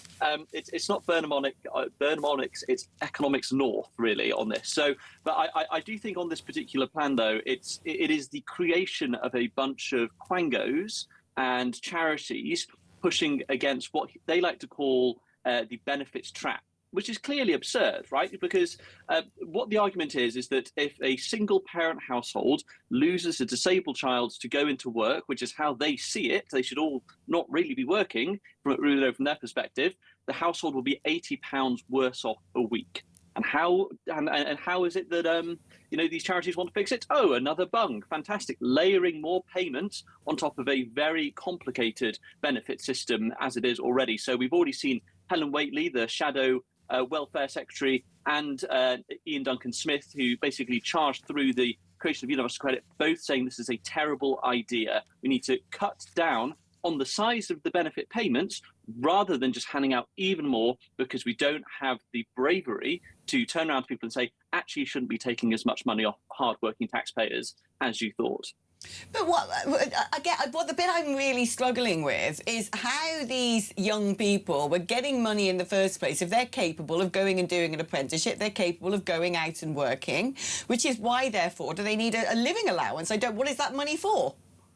Well, this is part of the kind of PIP regime. It's part of child benefit as well, which can be uprated if the child has a disability. But as you and I both know, Alex, it's completely absurd, because a lot of these diagnoses are for ADHD, for anxiety, for things like that. I mean, there are some serious cases as well. Don't get me wrong, and it's more likely if you're more seriously disabled, you are less likely to go into work. And I don't want to force these people to work, and I think they should receive some support. But for a lot of kids who are, they're not taking advantage of the system, but they may not really be needing that money, this is where this money will be wasted, and it's more waste from a government which doesn't want to cut down on waste. So it's completely absurd. I'd be surprised if this works at all fundamentally. And let's not forget, this is unfunded. The government have said that this money is going to be rerouted from another pot of money that itself was rerouted. So it's a complete fiscal mess, and I'd be surprised if this gets through Parliament. I mean, there's going to have to be a whole lot of rerouting. Is that what we're going with? I'd go with rerouting, but I don't know. There's going to be a lot of it, because one thing that Andy Burnham seems to like doing is constantly drip-feeding all these brand new shiny policies that he wants to see in Britain, from loads of devolution to taking over all the utilities and renationalising them. Now we've got adult social care. I mean, great. Wouldn't it be lovely if we had, a fully functioning adult social care system, estimated to potentially cost as much as $18 billion a year? We just listened to him drivel on for an hour in old people's home. I'm amazed the residents managed to stay awake. And out of all of it, we just don't know where the money's coming from on any of this stuff. Where should it come from? When Andy Burnham sits down with John Healey over the summer, gets out the old Diane abacus and starts trying to tot up the maths, and tries to stick with the Labour Party manifesto of saying we will not be increasing taxes on working people, then where should he be getting the cash from? Where have we got excess that we could cut down? Oh, all over the place, really. I mean, the amount of waste we find in procurement, we should get rid of the Department for Culture, Media and Sport altogether. That should just go. I don't know why government needs to get involved in that particular area, especially when it's busy funding all of these, woke grants and scholarships for PhDs into, kind of whatever the Guardian's fantasy is, really. So we can cut lots of waste, benefits as well. That needs significant cutting. But I will say the plan that's been put forward for social care, I don't quite agree that we should raise this 1.8% tax on people over the age of 35. However, what is encouraging is that if that were to happen, which I don't want it to, but that money would go into a privately managed pension fund. Unlike what we see with the government, which is all unfunded, badly managed, it's the sort of stuff that we rely on in the private sector, you know, when we kind of grow old and retire. So I did some back of the fag packet maths actually on this, and I found that if you start at 35, you're paying in an extra 1.8%, and you know that is about 18 billion a year, you know, across that cohort. By the time they need it in 30 years, if it runs by the way, we usually manage large funds like the University Superannuation Scheme, you would have £226 billion available for that cohort alone, against inflation. So that's a really ginormous figure, which could, be used to fund a lot of the social care. So there's a bit of private sector instinct here. It's a little bit Thatcherite, actually, if I may say, Alex, and that's probably it's come from a centre-right think tank, Restate. So I'm not completely against the idea, but knowing how our politicians operate, I don't think it's going to go very well. Maxwell, thank you ever so much, and well done for your back of a fag packet estimates there. It's fascinating, actually, isn't it? Bit of right-wingery from Andy Burnham. Blimmin' heck, they're not going to allow him to get away with that for much longer, are they, Benedict? Absolutely not. But, he is trying to... Well, you were talking about this earlier, how he was sort of reaching out to Kemi Bade, not to try and sort of ostracise reform from certain things. I mean, this is going to be something that it will be curious to see if he does it, because, of course, he's trying to win back support from reform sort of leaning areas. Ultimately, that is going to involve doing some things that the average sort of shrieking purple-haired Labour backbencher might not like. It might actually require a bit of common sense. Ever so often, that involves a bit of right-wing economics. I know it's really unusual to people on the left, but that is a possibility, that sometimes people on the right might have a point about things. Well, I do like to keep saying that Andy Burnham certainly has lashes to flutter, so maybe they will work effectively on his backbenchers. Let's take a call now and speak to Carl, who's in Liverpool. Good morning, Carl. Good morning, Alex. What's on your mind? It's just on these the younger generation getting benefits, the £4,500. I would just do it as simple as this. If you haven't got a job and you're 18 and up to the age of 40 and you've been on long-term benefits and you haven't got a job and there's no reason for you to have those benefits, then you're going to go and do 3 years of military service, as national service. You see how quick these people get a job. You see how quick, because once that threat's there, you've got to go. You've got to go through it. We are hemorrhaging money. We can't afford to give people who aren't working thousands a year. I'm working 2 jobs now. I've had to take a second job on to pay my bills, and my wife, while my wife's on maternity leave, and we've got 4 children. It's hard enough as it is. I don't want my taxes paying for people to sit on the backside while I'm busting my guts working 2 jobs 7 days a week. And I spent time in the military, so I know for a fact it'll work. National service, bring it back, and you watch how many people run to the job centre for a job. It'll happen, because people won't want to be told that they've got to go to work. And if you don't give them any choice, then they're going to go and get a job.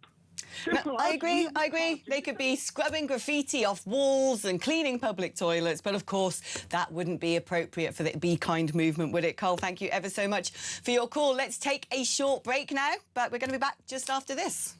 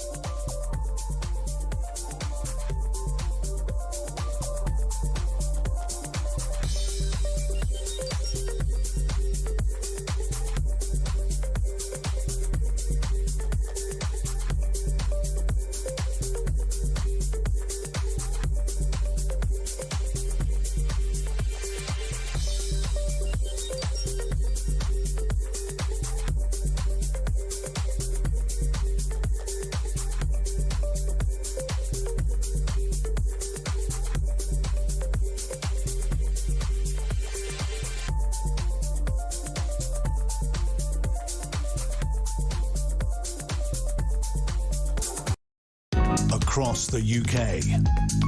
On DAB+, on YouTube, on your mobile, and on your side. This is Talk. Hello and welcome back to the show. In the latest chapter of UK madness, and nothing to see here while we become a caliphate, apparently there's been student accommodation created in Dundee, specifically catering to Muslims. It's been branded as segregation. Well, it is, isn't it? The faith-led accommodation provider Ilm Halal Student Halls has opened a facility near both Abertay and Dundee universities. It apparently pledges to provide premium facilities with no shared flat surprises, no hidden charges, and a supportive community. In a promotional film, halal-only halls are characterised as something we, as Muslims, require in our life to make sure that we connect to our religion and please Allah. I mean, come on, like, if I were to suddenly say, right, that's it, I want some Christian-only university halls where only Christians can be doing Christian things, I don't think it'd be allowed. I mean, we should actually look into that and see whether or not such things exist, because I'm not aware of any such things. Maybe they do, but I just think it's one of those things where, you know, that the whole one of the points about going to university is that we're told one of the benefits that it brings is exposure to new people and new ideas, and of course this is the exact opposite of this. This is siloing people, making sure that you'll never interact with people outside of your immediate religion. I can't see what the benefits of that are, but, you know, broadly speaking, we have to remember our university system is not about educating people. It's just a way of raising money. The whole thing is just a bit of a Ponzi scheme. So the fact of the matter is, if they're doing this, it's because there's a market for it, because there's enough people that are asking for it. That's really concerning. And it shows, I think, the hollowing out of higher education in this country, that it's no longer about becoming enlightened or well-educated. It's about paying for credentials, and you get all the little accoutrements with that if you want them. And that includes segregation, it seems. I mean, in this, in this particular complex, there's going to be no items such as pork and alcohol. Or port. Or port. This comes into the second category. Will be allowed. There's going to be a cinema, a gym, a relaxation space. Everything centred around this most special room where residents can pray. But the marketing materials seem to only show men. Quelle surprise. What troubles me about this is increasingly when you have the creep of these things, oh, well, we've got to have Muslim-only halls of residence, oh, well, we need Muslim summer school, oh, well, we need the Muslim society of, you know, in the civil service, oh, well.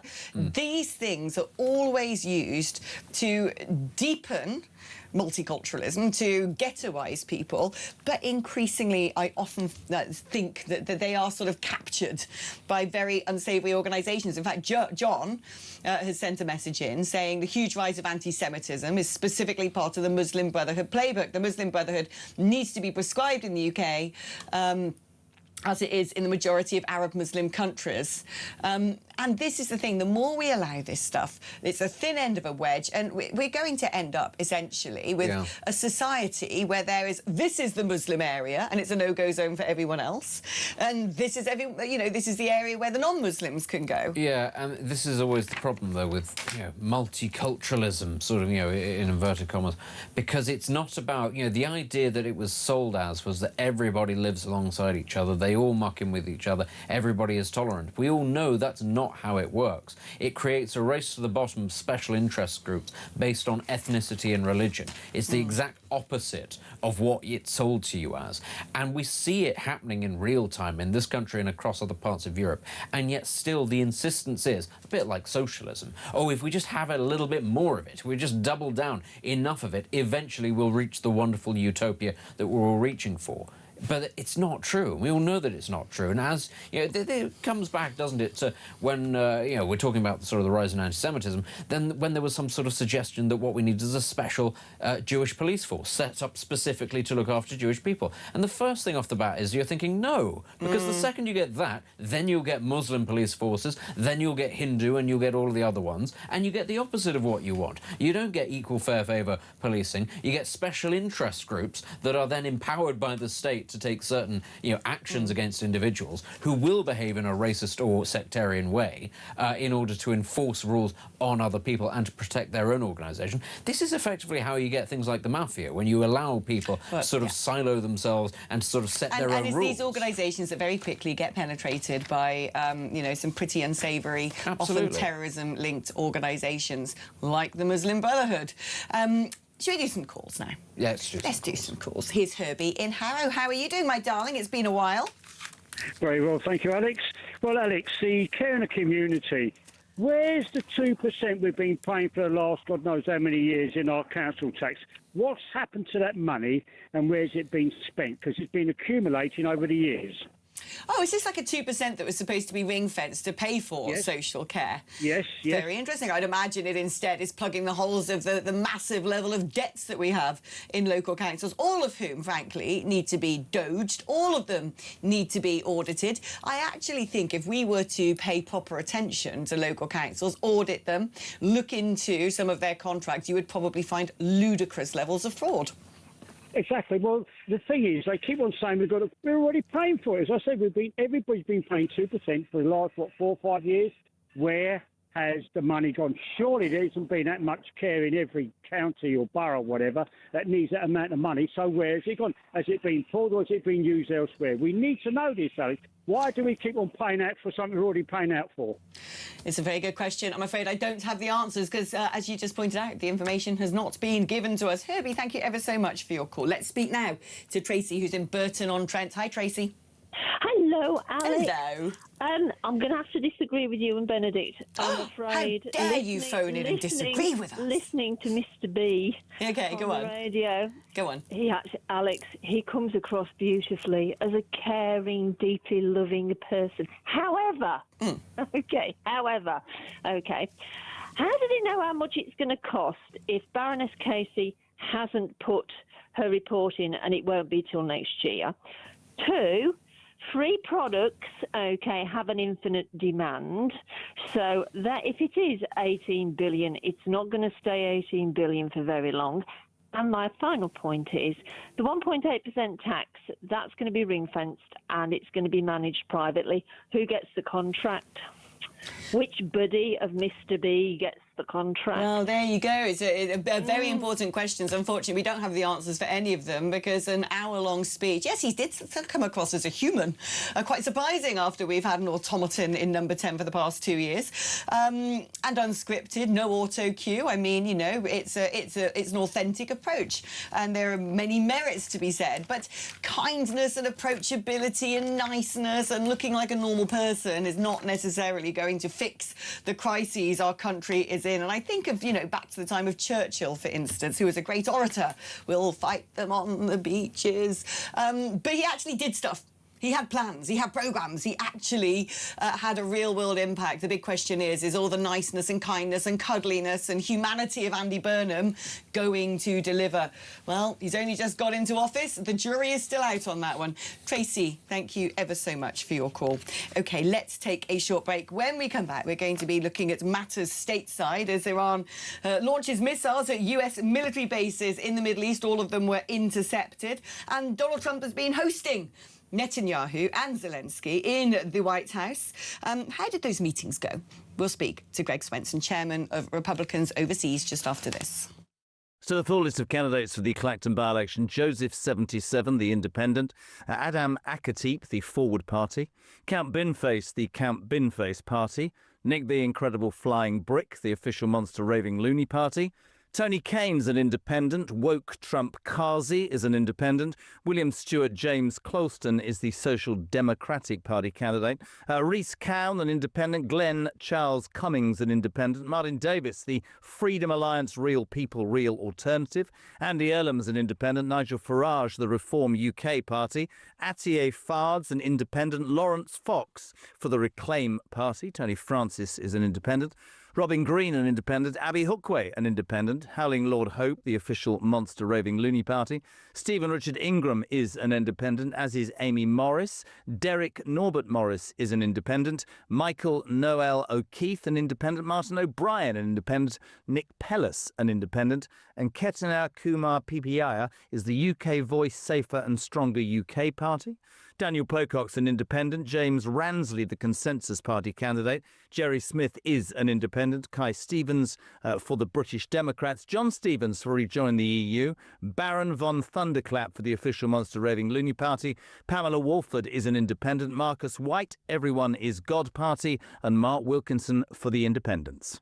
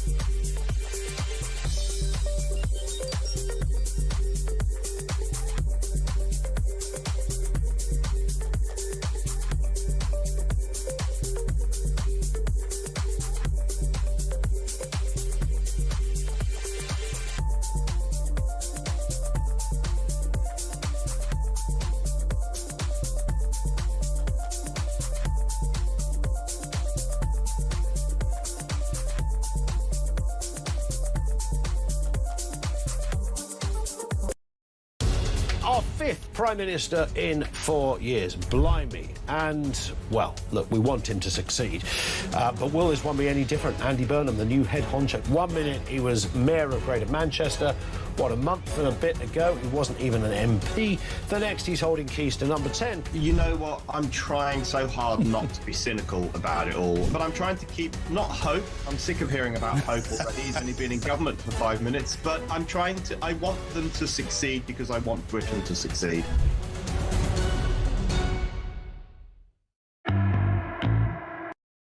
Across the UK, on DAB+, on YouTube, on your mobile, and on your side. This is Talk. Hello, welcome back. Now over there in, well, it's not Dictionary Corner, I don't know what it is. Benedictionary Corner. Oh, nice. Hey, that was quick, wasn't it? Yeah, it was. I thought I was tired today, but apparently the brain still ticks there, over. still going. Slow revolutions, but it ticks over. Talking about slow, what did you just find online? Oh, well, talking about Andy Burnham giving that very, talking about a very slow, ponderous sort of speech that he spent an hour or so giving. Quentin Letts, who I believe is at the Mail, he's the parliamentary sketch writer at the Mail, pointed out that Burnham is going very slowly and then wondered out loud on Twitter whether or not he was maybe being distracted by a woman in a short skirt in the front row. To which Samantha Niblett, who is, people may remember, she was the MP, the Labour MP, who was promoting the Summer of Sex, has got very upset about this demonstration of male sexuality. Who would have thought that the Labour MP championing sexuality is not in fact in favour of male sexuality? Odd that. She says he's disgraceful and should have his parliamentary pass removed. Oh, for goodness sakes, they're so tetchy, aren't they, on the left? But I think that's a sign of actually how well the speech went. That's probably going to be the big takeaway, is that these two people having a little tiff over the length of skirts. There you go. Like I said, we don't actually have politics anymore. We've just got playground politics, basically. Now, talking about real politics, geopolitics, in fact, Donald Trump has been hosting some of his mates over in the White House. Benjamin Netanyahu has apparently left the White House after a positive and productive meeting with Trump, and he also had a meeting with Volodymyr Zelensky, who might be inquiring after whether America is still prepared to write checks to help Ukraine in their fight against Russia. Now, all the while, the backdrop to these conversations is Iran carrying out missile strikes, or attempting to carry out missile strikes against US military bases in the Middle East overnight. They were intercepted. And we've also learnt that Iran has claimed striking 3 ships travelling through the Strait of Hormuz. Let's catch up now with Greg Swenson, because, Greg, look, I remember when Donald Trump first came back as president and he said, I'm going to sort out Russia. That's all going to be done. 24 hours. Watch me go. I'm going to solve this crisis. And then he said as well about Iran, I'm going to blow them back into the Middle Ages. I'm going to sort this out. We're going to get a beautiful deal. Unfortunately, both of them just look like dumpster fires at this stage. Where are we? What is going on? Let's talk, first of all, about his meeting with Netanyahu. Are they still mates? Yeah, they are still mates. I mean, remember, Churchill and FDR had their spats, and they were great wartime friends and partners. And so, yeah, look, this is underreported, that the fact that Israel is actually doing really well with on the global stage. The lefty media doesn't like to admit that, but they're doing very well with the Arab countries. They're on the verge of the Abraham Accords with the Saudis. The Latin America is pushing these Isaac Accords. You know, the Argentina, Colombia, all the right-leaning countries and governments and parties are tight with Israel, including this president and the Republican Party here. It's only the radical left Democrats that are sort of having their issues with Netanyahu and Israel. And so I think it was a great day yesterday. You know, I mean, granted, the circumstances were unpleasant, given it was the funeral of the late Senator Lindsey Graham. But the fact that you know, both Netanyahu and Zelensky had meetings at the White House, this town is hopping. Tough to get around, given the security issues. But Washington was hopping yesterday, and it has been all weekend. Now, is Trump going to start delivering on some of his threats? Because he had previously warned Russia and China, don't get involved in Iran. And yet it's been leaked in the UK press that it seems that Russia have been helping Iran, providing intelligence on where US bases in the Middle East are. We also know, of course, that Russia uses Shahed missiles, that Iran is providing a lot of their weapon infrastructure, so much so that Ukraine hit an Iranian boat delivering armaments over to Russia.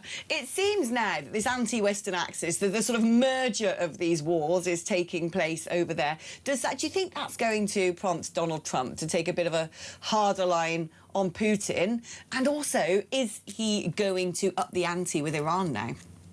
Yeah, I think yes on both. You know, look, the axis of evil is quite apparent now. You know, that China and Russia are both, you know, in bed with Iran, but they're doing it quietly. You know, I don't think they want to escalate this thing, and so they're trying to sneak some missiles both ways, you know, into and out of Iran, or drones. But they're not doing it in a belligerent way. You know, they're being quiet about it. I think the president will probably take that up with Putin. You know, I think that in many ways it just shows you who your friends are and who your adversaries are. And obviously, you know, this axis of evil has been around for a while, but it's getting smaller. Look, they used to have Iran, they used to have Venezuela. They'll probably lose Cuba any minute now, and so. You know, I think the world is coming around to the fact that, you know, America is a force for good, and quite frankly, you know, there's a bond now between the president and Zelensky, which I wouldn't have predicted 3 or 4 years ago, but you know, that's pretty apparent. So, you know, plans are great. I think the president is frustrated that he couldn't end the conflict in Russia. He was very clear about the fact that, you know, this never would have happened if he was in power. You know, the 2022 invasion of Ukraine. So, you know, he's frustrated by it, but on the other hand, I think he's coming around, and much, you know, that's probably, you know, in part due to, you know, encouragement by Lindsey Graham before he died, and I think that's sort of working. Greg, thank you ever so much. The brilliant Greg Swenson, chairman of Republicans Overseas. Now, I know that you're especially gifted in matters geopolitic.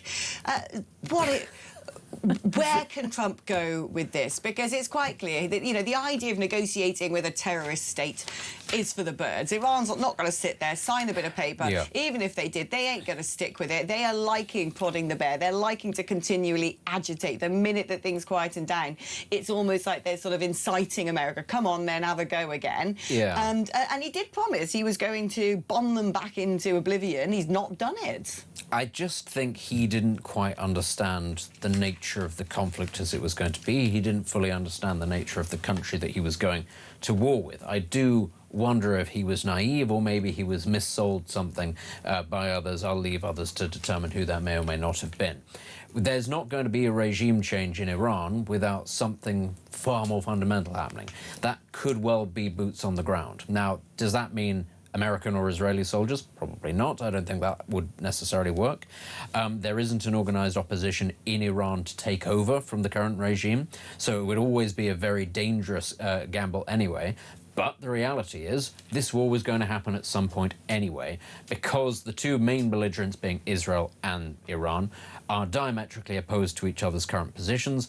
One has nuclear weapons, even though it denies it. The other one is actively pursuing them, even though, again, they actually do deny this.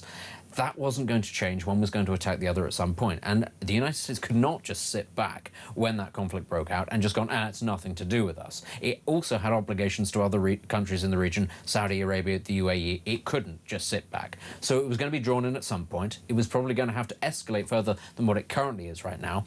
There's not going to be a proper negotiation because neither Israel nor Iran is actually changing its long-term stance towards the other. So even if you have a ceasefire, somehow it'll keep breaking down because one side will rush to get into a position to attack the other.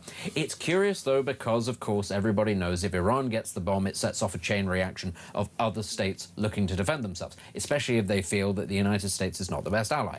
That's why the Saudi nuclear deal, the beginnings of that, is a very interesting development. Saudi Arabia has said pretty explicitly, if Iran gets a bomb, we're going to get a bomb. It's said we don't want to get a bomb, but if they do, we will as well. Civilian nuclear power is the first step towards getting a bomb. Every country that gets civilian nuclear power at some point pursues some sort of weapons program. That's what it is downstream of. That's what it's for, ultimately. And of all the countries in the world that don't need civilian nuclear power, Saudi Arabia and Iran are the two that don't need civilian nuclear power. They have literally everything else that you could possibly need. But if that happens, Saudi Arabia maybe gets a weapon as well. Then Turkey does, then Egypt does, then probably Azerbaijan does as well. And then you get the next most dangerous part, which is all those other countries in that region who can't afford, don't have the facilities to get nuclear weapons. What do they get instead? They get biological and they get chemical weapons, because that's what you do in that situation. So it is, as I say, it was a nightmare scenario. It was never going to be avoided by just going, diplomacy, diplomacy, diplomacy, because for as long as Iran wants to get a bomb, and it will want to get a bomb for as long as Israel has a bomb, and Israel's not going to get rid of its bomb. Where should Trump now go with this? Because he has to accept that there is probably going to need to be some sort of physical invasion. Now, who it is that does that, I don't know. Would it be a disastrous invasion? Probably, because they clearly haven't prepared for it. But that's going to be the long-term thing. The alternative is to continue to try to bomb Iran's nuclear facilities and just hope it never gets over the threshold. Yeah, there's an interesting thing like Pitchfork Mountain or something, where apparently there's some sort of big nuclear base. Go get it! I love watching the bombers come out. It's a nightmare situation, but this is what they've backed themselves into. I don't see what the alternative is right now. Yeah, I don't think anyone does. Anyway, we're going to be taking a short break. Don't go anywhere. I'm joined by the brilliant, wonderful, my bestie, Samara Gill, just after this.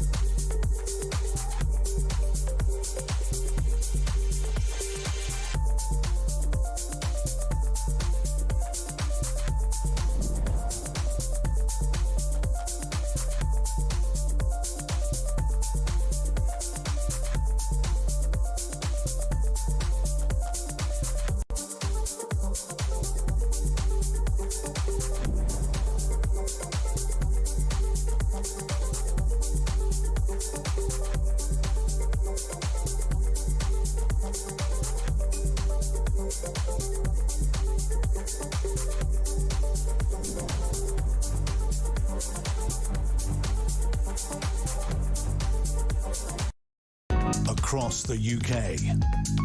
On DAB+, on YouTube, on your mobile, and on your side. This is Talk.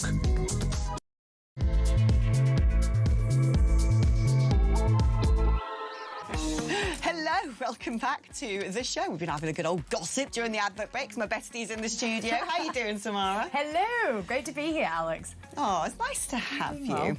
Right, you've got an exclusive for us, apparently. I do. You know, I'm sure you've seen this on X going around. It's Khadija Patel, who is the burqa/niqab wearing woman who got the Empowerment Award in the Palaces of Westminster. I mean, nothing says modern Britain more like, you know, our Parliament going and congratulating a woman who is fully covered, not able to show herself, an award for empowerment. I mean, it's quite frankly ridiculous, and it caused a lot of stir online. I think it's still trending. But I thought, no one's reached out to Khadija. No one's actually wanted to hear her opinion. And so I actually tracked her down. We had a nice conversation, and she came on and spoke to me about how she does feel empowered wearing the niqab and that it shouldn't be banned. Let's have a listen. The criticism has been just a couple comments that I got from online. It says, women who wear the niqab are forced to by their families. You can't be a role model for girls if they can't even see your face. How can you coach sport while wearing a niqab? The niqab is the opposite of women's rights. Sarah Pochin of Reform UK has called for a ban of the burqa and I guess in turn the niqab. I don't think there should be a ban. There should just how people shouldn't be forced to wear it. People shouldn't be forced to not to wear it. It's a personal choice. And like I said, it shouldn't define who you are, what you do. I'm contributing to society, to the British values of my country whilst wearing it. And I don't see why that's a problem for some people. I mean, the difficulty is, for me, that is a sign of oppression. If the concept is that, it's confronting, isn't it, just to look at? It's very confronting. It is. Yeah, I agree with you. I think it is a sign of oppression, and it's unfortunate because people like Khadija, and what I kind of got from this interview is that she's actually a woman doing the best in a bad situation. In some ways, I actually kind of empathised with her because she's so within her own mind about this that she does feel like it's empowerment to wear this. She feels like it's her choice. And I questioned her, it's in the full interview, about the fact that there are a lot of women, in Britain even, that are forced to wear this garment and that don't have the choice. And she said that that's simply not true, which I find a little comical because we know that there are instances where it's mostly the man putting it onto the woman to wear it. And what she does, though, is she plays cricket in it, she swims in it, she tries to do different activities, she tries to get girls who would normally be relegated to the kitchen and household activities and, you know, having children to go out there, go outside and do things. But it's an unfortunate situation. I still am totally by what I think is that it should be banned. And unfortunately, you always bring this up, which is a good point, that women will probably actually just now be shut indoors if it is banned, or they might have to leave to a country where that is allowed. And I think that would do a lot of good for the nation, to be honest, if it's also a national security problem as well. It's a national security problem. So there's multiple different ways my mind's going at the moment with this. But speaking to Khadija, she's a lovely woman, but I don't see it as empowerment. I mean, the difficulty is with the very concept of a niqab, a burqa, and frankly, even the hijab, is that the message is saying that a woman who isn't doing those things is running the risk of being leered at or potentially attacked or sort of sending inappropriate messages to men. So for me, it's not so much about the person wearing the burqa, it's the message being sent to all the rest of us saying, well, you're not wearing it and that is shameful. Absolutely. And also, a big part of this was she keeps saying, I chose to wear this, I can wear this in the United Kingdom. Well, yes, you can enjoy the freedoms and liberties that the United Kingdom offers you. But in countries like Afghanistan and Iran, you know, just a couple of hours away by plane, there are women getting their left eye shot out because they haven't covered themselves properly. And Afghanistan is trying to enforce a law by only one eye can be shown. through the burqa or the niqab. So it's all fine and dandy for her. One-eye thing? Yeah, there is a one-eye thing that Afghanistan, the Taliban, are trying to enforce, where they believe that 2 eyes is too promiscuous and that 1 eye is justified. And yeah, they have actually been shooting women's eyes out about this. So it's fine to say, oh, I live in the United Kingdom, I enjoy the freedoms and liberties. But there are many Islamic countries that use and abuse the power. Don't import the opposite of that, basically. Yeah, precisely. Benedict, I mean, look, I think France has started closing down radical mosques, apparently. Way! France has banned the burqa. Way! I mean, we need to start taking a leaf out of the Book of France, who we think we got it bad here. We think we've got it bad, but France has had ghettoised Muslim communities for a very long time, and they're having to take action. Yeah, and I mean, this goes back to what we were talking about earlier about multiculturalism ultimately leading to balkanisation, because people come in and they actually exploit the system. They don't think, this is the opportunity to live like somebody else. They go, this is the opportunity, in fact, to double down on the old way of life that was, the way of life back in my home country. And on top of that, if anybody sort of condemns it or tries to get in the way of that, I can accuse them of being a bigot and possibly even get sympathy as a result of that. Ultimately, there are far too many women even in this country, for whom it is also not a choice. We need to remember that. And this is one of the things that they always say, isn't it? Well, if you ban the burqa, then the women won't be allowed out. And you kind of sat there going, it doesn't sound to me like, you're quite addressing the nub of the problem here, which is that there are still women being oppressed in this country, and this very oppressive government is the only way in which their husbands or male relatives will allow them out. You shouldn't be tolerating that in our society. So I don't have a problem with getting rid of clothes that are restrictive of people's liberty, because ultimately what you want to be doing is getting rid of all of those kinds of restrictions and just saying, well, you have to allow this form of oppression, otherwise they'll get oppressed worse. It doesn't actually seem like a great solution to me. Not at all. Now, let's talk about Zack Polanski, Samara. Speaking of oppression. What do you make of, I want your opinion on what you make of the fact that Reform have gone to the police about this. Do you think that was, do you think that's fine, levelling the playing field, or it's the sort of thing they do on the left? Or do you think they're sort of buying into exactly the sort of reaction that they would otherwise condemn?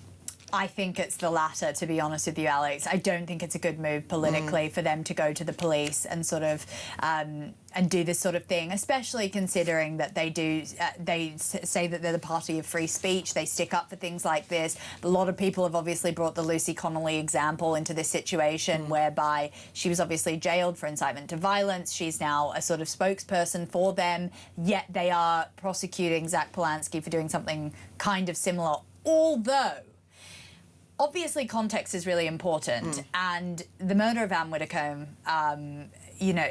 is something that really should be cited in this, because I know, or at least, we can tell that Farage is absolutely furious with Zack's post and also everything that's been going around him. It is totally unfair that the right does get it much worse than the left, and the left seems to be this moral arbiter, someone who sets the standards for what is acceptable and what is not acceptable, and it's been going on like this for so long. So in a way I understand why they would want to go to the police, but I think it's a very radical thing to do. And I also think that when you look at people like Trump, who have been very popular, they've always had the sort of get with me, it's everyone against us. And what this feels like politically is Reform going, no, we're going to lock these people up. And it's sort of a fun police type of thing, which I just can't really get behind. I find it a little dangerous that they're going and trying to lock other political opponents up for social media posts, which is something that they've always kind of condemned themselves. But I know you've got a different perspective on this, Alex. Well, no, I agree with you. I think this going to the policing, I think it was weird about Rupert Lowe, and I think it's weird about this. I don't like this idea that things that are, very tasteless should end up with, let's go over to the police. But I do think, on the other hand, what we do need to be talking about as a society, and what police should probably be looking into, are hard left organisations. Yes. And whether they genuinely do pose a threat to public figures. I mean, look, I was at a rally a couple of weeks ago in a journalistic capacity, of course, the Together Alliance rally. And, they were openly calling for the death of Nigel Farage. They had different, weird puppet thingies of Trump and Farage where they were beheaded. They have some really weird imagery. There's a lot of that. I also went to the counter-protest of the Tommy Robinson Unite the Kingdom march. The counter-protest protest of that. I caught on camera, which then, went to tens of millions of people because they were enraged about it. The crowd were chanting, "Shoot him in the neck like Charlie Kirk." And they were about 500 metres away from him on the other side of the bridge doing that. And so the left have become a sort of death cult. They are people who celebrate actively the murder of others. They want to see that violence perpetrated. They think that they are some sort of, resistance fighter, some sort of Jacobean type, and it's not the way things should go. No, I find it quite terrifying. They tried to rough up our Fred, didn't they, the cameraman? Yeah. Well, that was a gang member near Marble Arch. It's getting worse and worse and worse, people. But yeah, we went down to Marble Arch, and yeah, Freddie, who's the cameraman, got basically physically assaulted by one of these people, and they're the same homeless people that Andy Burnham would like to basically legalise their homelessness and give them a bunch of money. So, yeah, it is a dire state, and I agree with you. It's just the right cop it so much worse. So much worse. But we're not allowed to talk about it, and we have to use words like two-tier instead of, left-wing tyranny. Well, considering we've got a woman that's been murdered, maybe going to the police over this post is justifiable in this case. Let's talk about whether this is justifiable. A Labour minister has demanded that union flags in her constituency be taken down. Sarah Sackman, the courts minister, said some of her Finchley and Golders Green constituents had objected to Union and St George's flags being placed on public lampposts. She's called on Barnet Borough Council, the local authority, to take action, saying residents had described the flags as unsettling, intimidating, and, oh, here we go, this is one from the blimmin' woke Bible, isn't it? Othering. Oh, God. I mean... This is our national flag. When I was over in Florida, not only does every blooming building seem to have the American flag, some of them about the size of Texas, and massive things, like standards in the sky like this. Where has it come from, this mad brainwashing? There's somebody who is a courts minister. You'd think she might have, a few brain cells in her head and understand something or two about sensible judgment if you're the minister of the courts, demanding that the national flag is taken down in the constituency. The vilification of the English flag is frankly absurd. I mean, look, the World Cup's literally just finished and they're already wanting people to take them down. It's insane, and I think actually it goes to the fundamental problem of what's going on in Britain right now, where everyone can't get under one banner. I think Australia and America, as you say, does this really well. Australia does. Are you flaggy over there? We're very flaggy. Yeah, we've got a Union Jack in our flag as well. Do you feel othered by it? No one does. Do you feel colonised? We don't have this problem really over there, because it is sort of, at least we've had it in terms of immigration, we've had our own problems, but we haven't had nearly the same problems that Britain has, in my opinion, because we know that, or we say, you should get under Team Australia. We kind of have an identity that people can get behind, and unfortunately, Britain's become so fractured that people have completely lost their way in that sort of sense. And I can hit Benedict. Do you have an alternate opinion to that? Maybe I'm saying something completely wrong, but I think Benedict hates flags. He's going to be personally going around the country taking down the national flag. I feel that they're very gauche, and you shouldn't have to demonstrate where I already know that I live here. I don't need a flag to remind me, although often sometimes I do forget this. But no,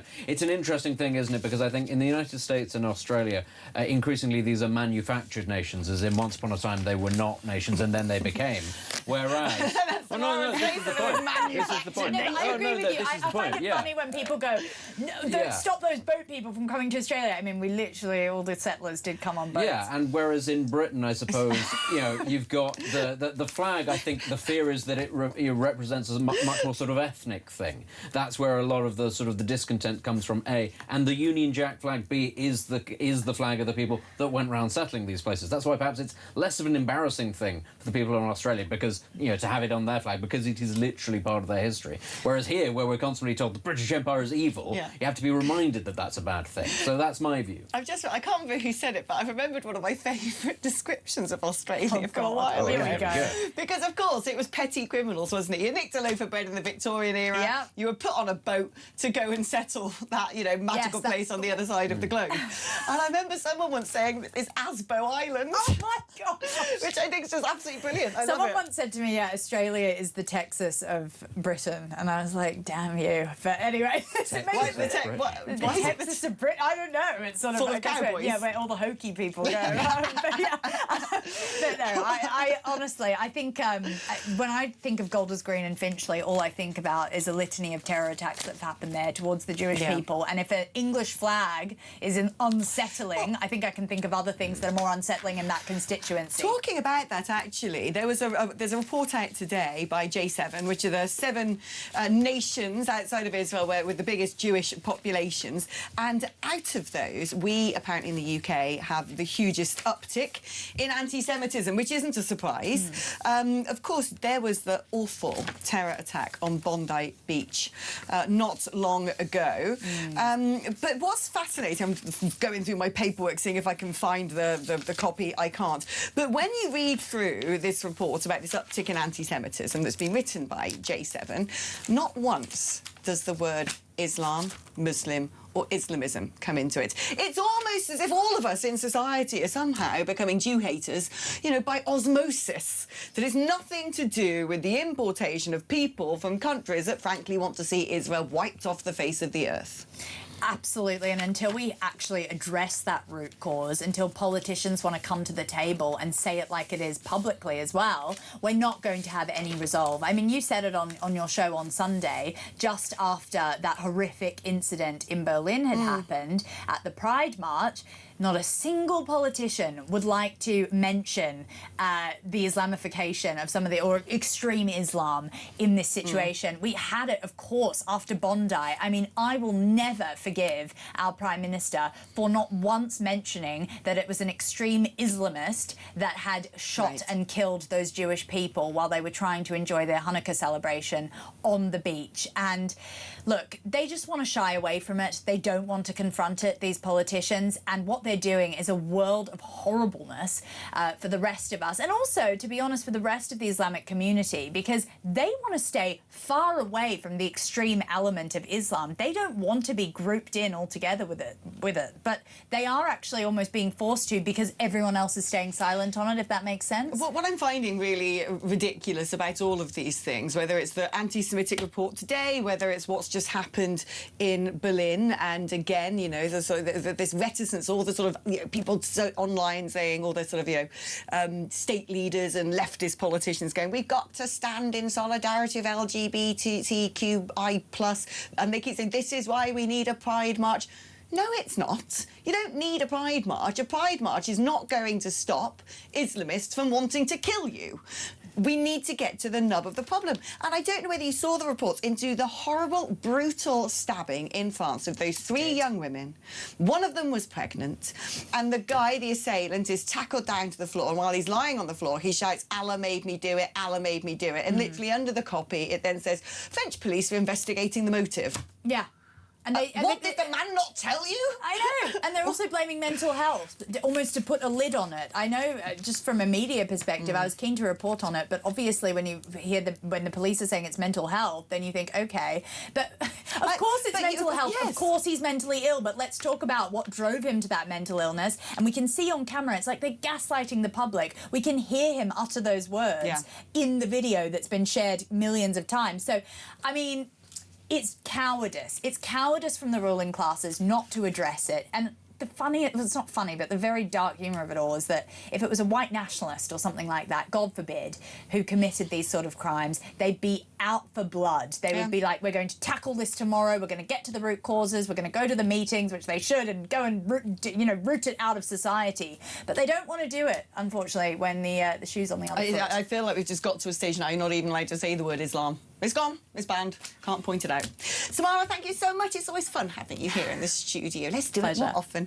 OK, we're going to be taking a short break. After the break, it'd be great to speak to some of you. So if you want to phone us, the number is 0344 499 1000. It's your normal network rate. You can also use that number to send a WhatsApp message. 8722 is the number if you'd like to send a text. If you're going to do that, write the word talk before you write your message. We're back just after this.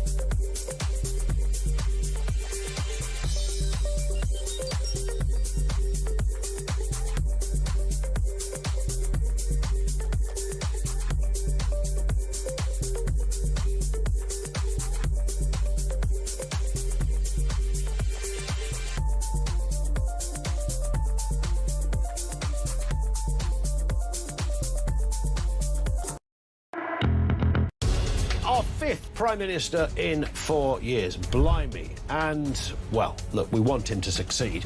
But will this one be any different? Andy Burnham, the new head honcho. 1 minute he was Mayor of Greater Manchester.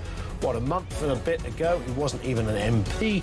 The next, he's holding keys to number 10. You know what? I'm trying so hard not to be cynical about it all, but I'm trying to keep, not hope. I'm sick of hearing about hope already. He's only been in government for 5 minutes, but I want them to succeed because I want Britain to succeed.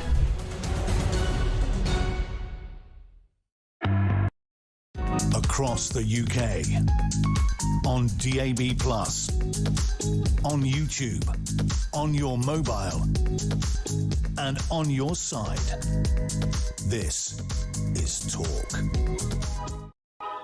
I thought I might do some messages, Benny boy, and then before we do some calls. Well, what if they've got some of them are quite good. You'll like this one. Oh, are they? All right. Someone who goes nameless says, "Morning, Alex." This was from the morning, by the way. I know. This one came in 2 hours ago, but I've been a bit lackadaisical when it comes to reading messages. Can we not just go to war with France? I think that might be the only way to resolve it at the end of the day. They're sending invaders to our country. From a and Mr. let's be A. right, they have Hitler. never liked us. We don't like them. Let's have it. From a Mr. A. Hitler, Leopoldstrasse, Berlin. Can we not just go to war with France? We're bored. Yes, why not? We've got some domestic issues. Let's go invade France. Seems like a great idea. I mean, it is a time-honoured tradition. So, it is a time-honoured tradition. But is there anything in France we want these days? The Cheese, Bayeux wine. Tapestry is already here. You say that. Because of climate change, our wine industry is now doing fantastically well, whereas all of France is on fire, so they're not going to have any vineyards left. And actually, British cheese, you know, Britain's got more variety of cheeses than France does. I did know that, actually, as it happens. Yeah, because you're from what part of the world what they make cheese. Like cheesy part of the world. Amongst other things. They In make cider Wales. where you are as well. I know. And they only make cider in northern France, and In it's not as Normandy. good. Yeah. And they nicked it from us. The Normans came over, invaded us, saw our cider and went, "Oh, you can do that with apples, can you?" But nice. now we've got the Bayeux Tapestry. Do you want a side what else do we effect? need? Go on. Who doesn't want a side effect? And I've got loads. Not a side people effect. with an apple intolerance, but apart from that. Apart from a side effect, Yeah. a side effect. Go on, what is it? So, the rumour has it, the cider rumour has it, in the cider mill, that because cider is covered in all this, apples are covered in all this natural yeast, you don't have to add yeast to make cider, and it just carries on fermenting proper scrumpy if you don't. There's this process called keeving where you wash the yeast off so it sort of ferments at a slower pace and retains some of its sugar. If you don't, anyone who's bought a bag-in-box cider, as I have, I had a bottle of a Papa Scrumpy in the back of my car and I forgot it was there and it exploded. Literally burst. Because that's what happens, and that is how fizzy drinks were invented. And then when the Normans came over and nicked the idea of cider, they also nicked the idea of putting fizz in alcohol and then champagne. I love so that. there you go. So We basically, technically invented champagne. champagne. Was invented because some Norman somewhere left some scrumpy in the back of his horse and cart for a little bit too long and thought, mon Dieu, this could be nothing, but it could be everything. Yeah, exactly. Yeah. There All right, we go. there you go. Right, OK, let's get on to calls now. I'm getting nagged in the ear by Ted. No one likes that. Let's speak to William, who's in London. Good afternoon, William. Thank you, Alex, for taking my call. Pleasure, my darling. What's on your mind? There's a couple of things, Alex. It's blatantly obvious. Andy Burnham has just said on national TV and every other TV station and radio station that he's going to invite the Conservatives and Liberal Democrats about social care, but not reform and obviously Farage. Yeah. Now, if there was an election tomorrow, Alex, Farage would get 6 or 8 million votes, and he's Burnham, another blunder from Burnham. Yeah. He's not invited the main poll leader party. It's ridiculous, and I don't know. Have you happened to see? I don't know if we've got it in our system actually. This sanctimonious video of Andy Burnham talking about adult social care is such a big issue. We've got to stop. Oh, actually, no, we have got it. Oh, here you go. Vom-inducing content warning. Buckets at the ready. Here we are. Last week, I said we needed a different kind of politics, problem solving, not point scoring. Nowhere is that more urgent than social care. We have to find common ground and listen to others to find a way forward. It's time to draw a line under people playing politics when the human cost of that means carers struggling, families paying the price, and our NHS buckling under the strain. This comes down to a choice. We can carry on passing the problem to the next generation, or we can face it head on and work together to build a care system that gives people dignity, security and the support they deserve. I mean, there you go. He's there going, well, we can't play politics of adult social care. We've got to get together across party divides, but not with the party who are most likely to form the next government. Make that make sense. It's utterly ridiculous. It is hypocrisy. Alex. It is playing politics. It is pathetic. Alex. It's playground politics. Alex, please, can I come back on, Alex? Yeah. This guy Burnham is a chancer, OK? He's a chancer, not being rude. And not only that, I'll tell you what else is bugging me about politics now. Yvette Cooper has been Home Secretary, Foreign Secretary, and now she's Health Secretary. She's failed in the other two departments, and she's still placed in one of the highest offices, you know, in Parliament. Why is she still around, Alex? Please, can someone tell me throughout this country what she's done that's done anything any good? Yeah, but this is what is foreign trade. Please, can someone please tell me? Please. But this is what's so funny about, essentially, the current Labour Party, because how many MPs have they got, Benedict? Stop playing on your phone. You're at work.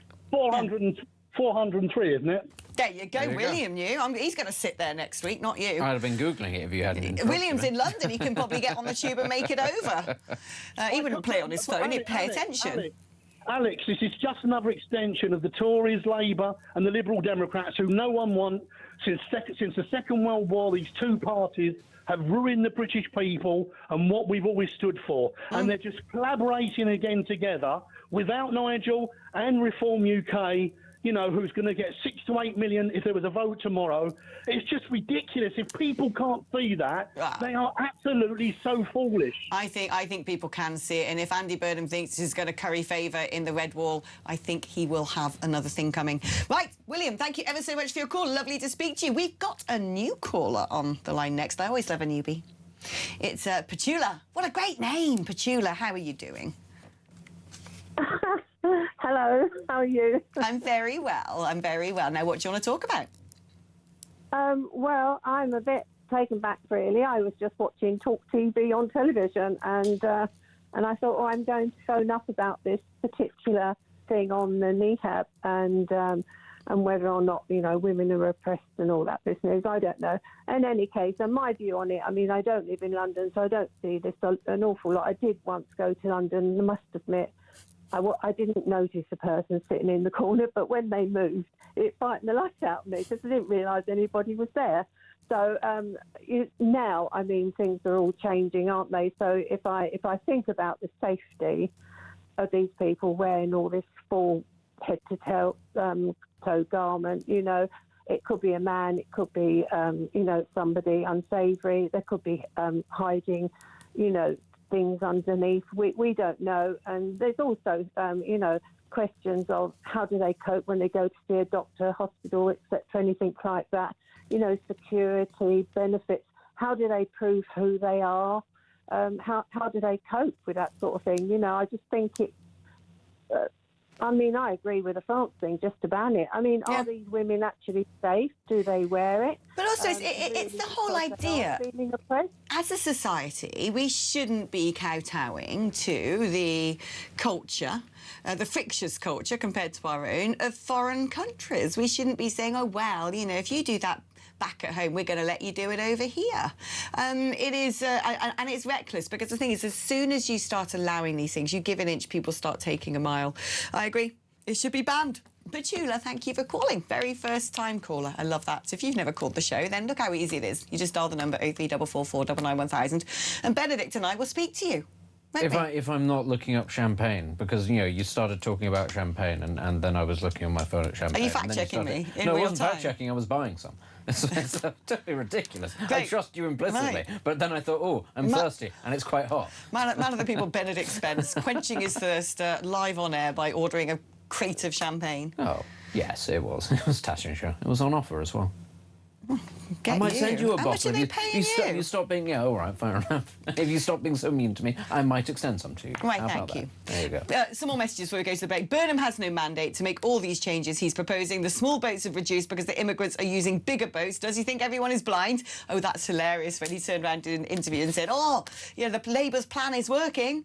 The number of boats coming across has gone down. I'm like, it is not working. Do you know? Nothing has worked. There's a little tidbit, and this is a sign, I think, about quite how bad he is at this sort of monotonous drone. Something got missed, though, in his announcement about social care, which I've only just picked up on, which is that he said that we shouldn't have assisted dying in this country we shouldn't have a debate about it, until social care and palliative care has actually been addressed. And I thought, amidst all of that nonsense and waffle, was a common-sense thing from a British Prime Minister. Honestly, I was probably... And I fully agree with him. Yeah, well absolutely. done for saying that, because it's ghoulish to bring in assisted dying when we're told that the NHS is on its knees, when actually the charities have to fund hospices and end-of-life care. Yeah. Frankly, so I think, well done, Andy. Yeah, we were very dismissive of his talking style, which I think is justified, but it's also important to point out when Prime Ministers say the right things, and I think that's a sensible thing. Oh, you'll be pleased to know, actually, you've sort of got ahead of a message from Russell in Great Yarmouth, because he said, I'm a Tory and I cannot stomach Labour in any shape or form, but you and the other geezer on your show, I'm assuming that's you. I'm a what? The other geezer. Champagne-buying geese is what he is. So ridiculously biased against Burnham. It looks amateur. I like your shows and your politics, but back off and be objective, please. You're better than that. If you read this out on air, then bravo to you. Best. Well, we are Russell. objective. I just pointed out something that both of us think is actually a very good principled thing that he's done. So, there you are. What was that chap in Great Yarmouth's name? Russell. Russell. Yeah. There. How about that? We read it out and we're balanced. Like back in the 1960s, says Derek in Rugby, I started my apprenticeship working on the tools and spending one full day and 2 nights at college. I had to work Saturdays to make up for the day at college. How times have changed. Once upon a time, we all had jobs as youngsters and didn't have smartphones, slang kits and PIP payments. Alex, trouble is, until the lefties learn about free speech, then Nigel is correct at playing them at their own game, says Steve. Meanwhile, someone's message is going, Alex, I'm sorry, no. This Zack post is utterly abhorrent, calling for the beheading of Nigel, all while poor Anne has not been laid to rest. And Mark in Essex says, to your point on flags, my local Lib Dem council took down all the flags in my village last year. So I bought 2 huge flagpoles, put them in my front garden, and I now have 12 by 6 foot Union flags and a Reform flag flying proudly from them. Good on you, Mark in Essex. I would say, though, Mark, Essex is sort of deep in Reform land. You know, you're probably safe doing that. If I stuck something like that up in my Lib Dem village, I'd probably, I don't know. I was going to say, is this the only Lib Dem council in Essex? Because I can't believe that those exist. That's kind of impressive. Yes, actually, he did say my local Lib Dem council. Yeah, they must be the only ones. They must feel really embattled. That must be quite a sight to see. Yeah, maybe he'll message us and let us know more. OK, we're going to be taking a short break, but we were talking earlier of Andy Burnham insisting that Labour's plan to stop dinghy migrants is working. The plan, which was, I don't know, write a cheque to France to do nothing but assist in helping these people get over to Britain. Terrifyingly, one of those boats turned up in Eastbourne. That marks one of the longest crossings so far. We're going to be discussing all of that and having a little look at a video from Chris Phillips, who seemed to be suggesting that a French naval vessel in the Channel was trying to fire warning shots at him as he went over to report on all the action in La Manche. A lot to sink our teeth into. That's after this.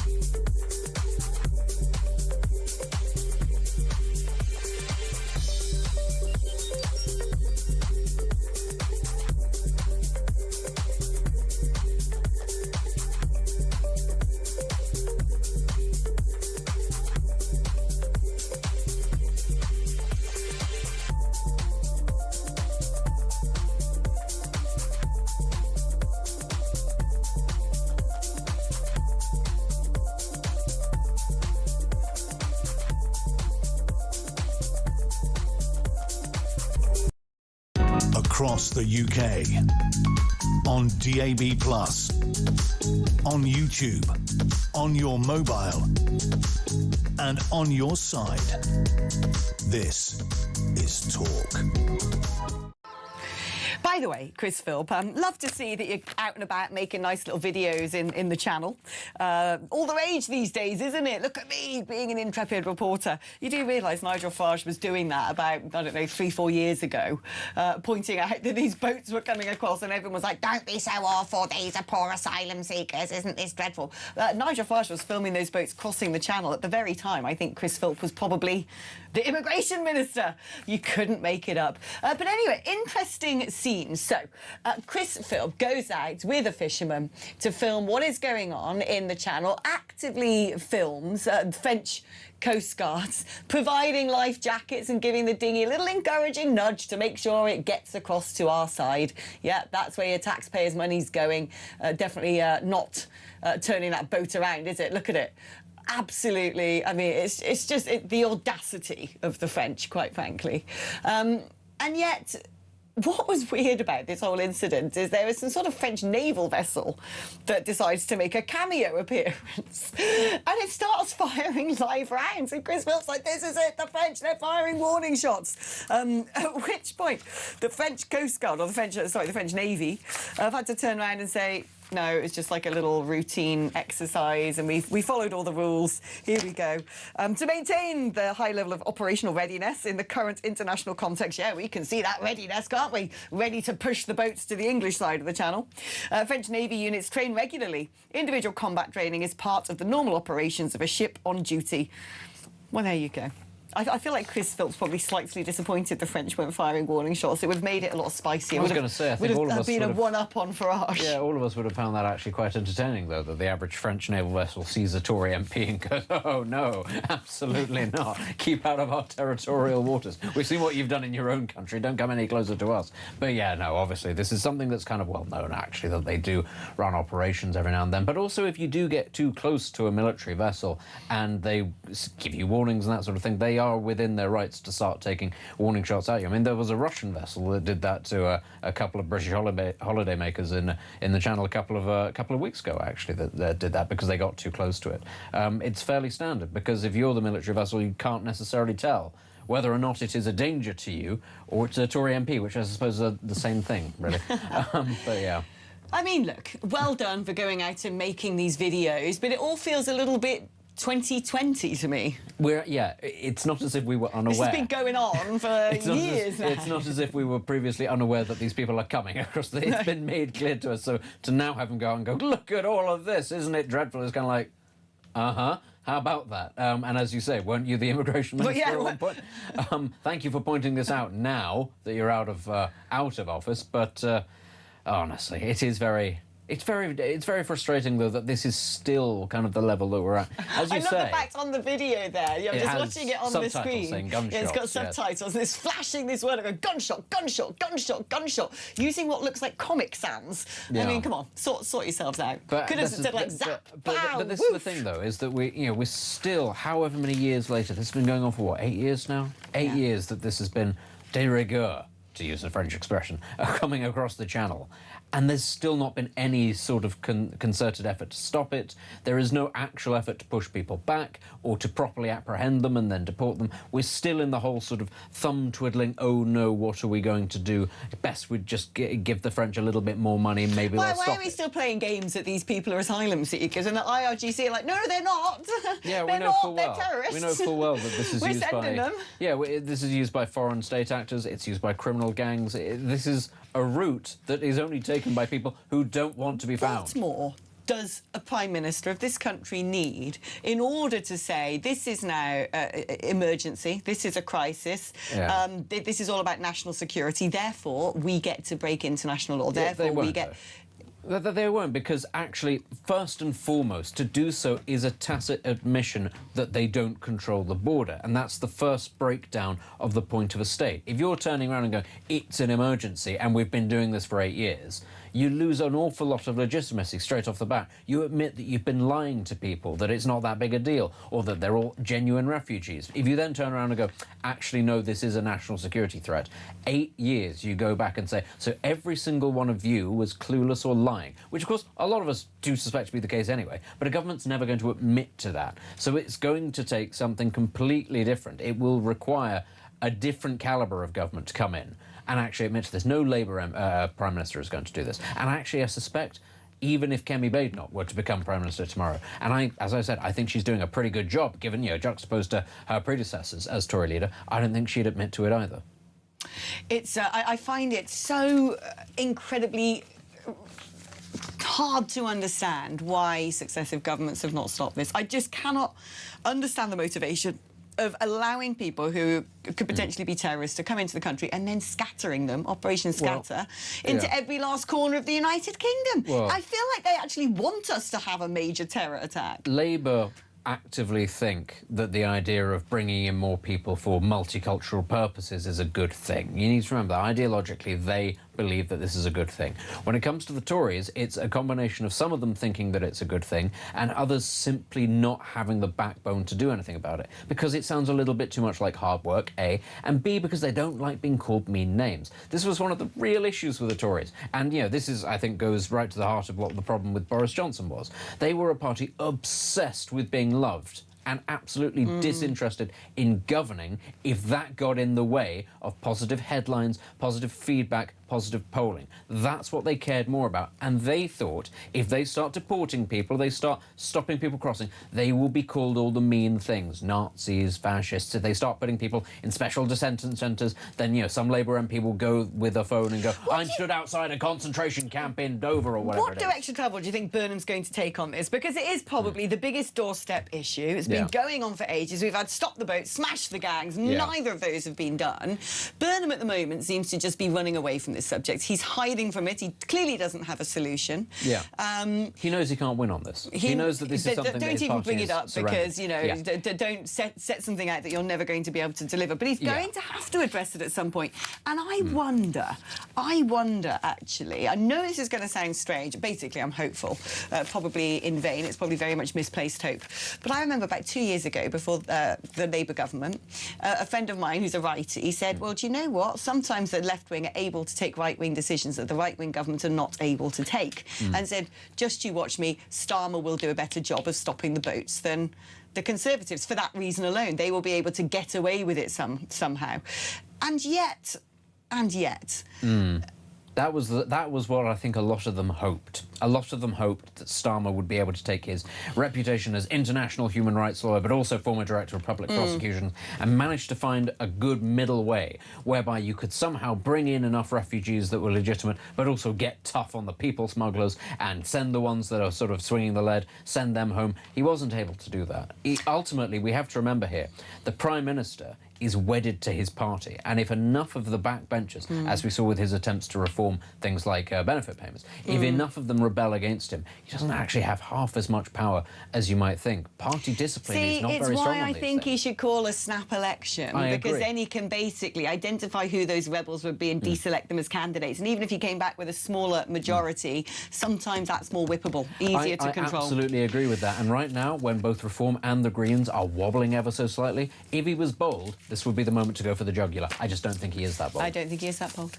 Right, OK, we've got some breaking news, which is that a Norwegian called Johannes Kongsnes Natland, I say. Kongsnes, who's 19 years old, has been found guilty at the Old Bailey of travelling to England to carry out a hit on behalf of an international crime gang backed by Iran. Our good mates over in Iran at it again. Although I doubt he came over on a small boat, being a Norwegian.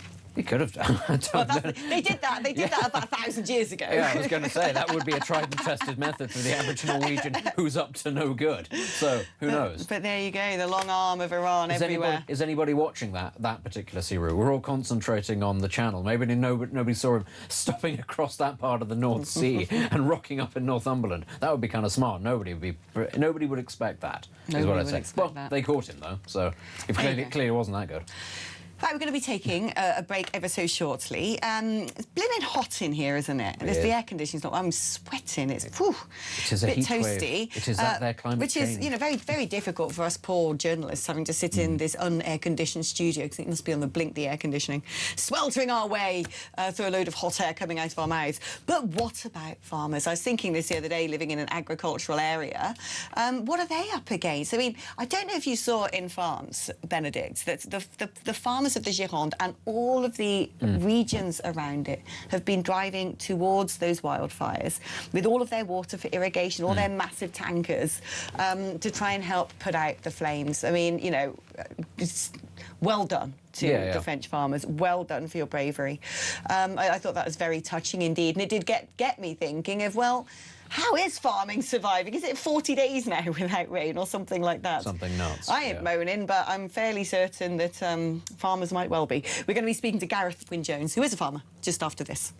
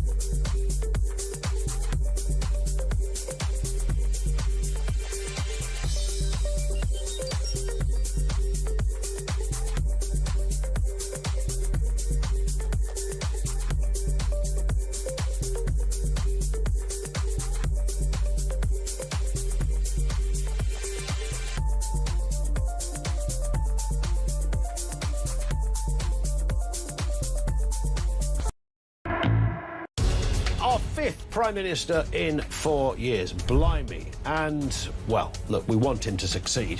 But will this one be any different? Andy Burnham, the new head honcho. 1 minute he was Mayor of Greater Manchester.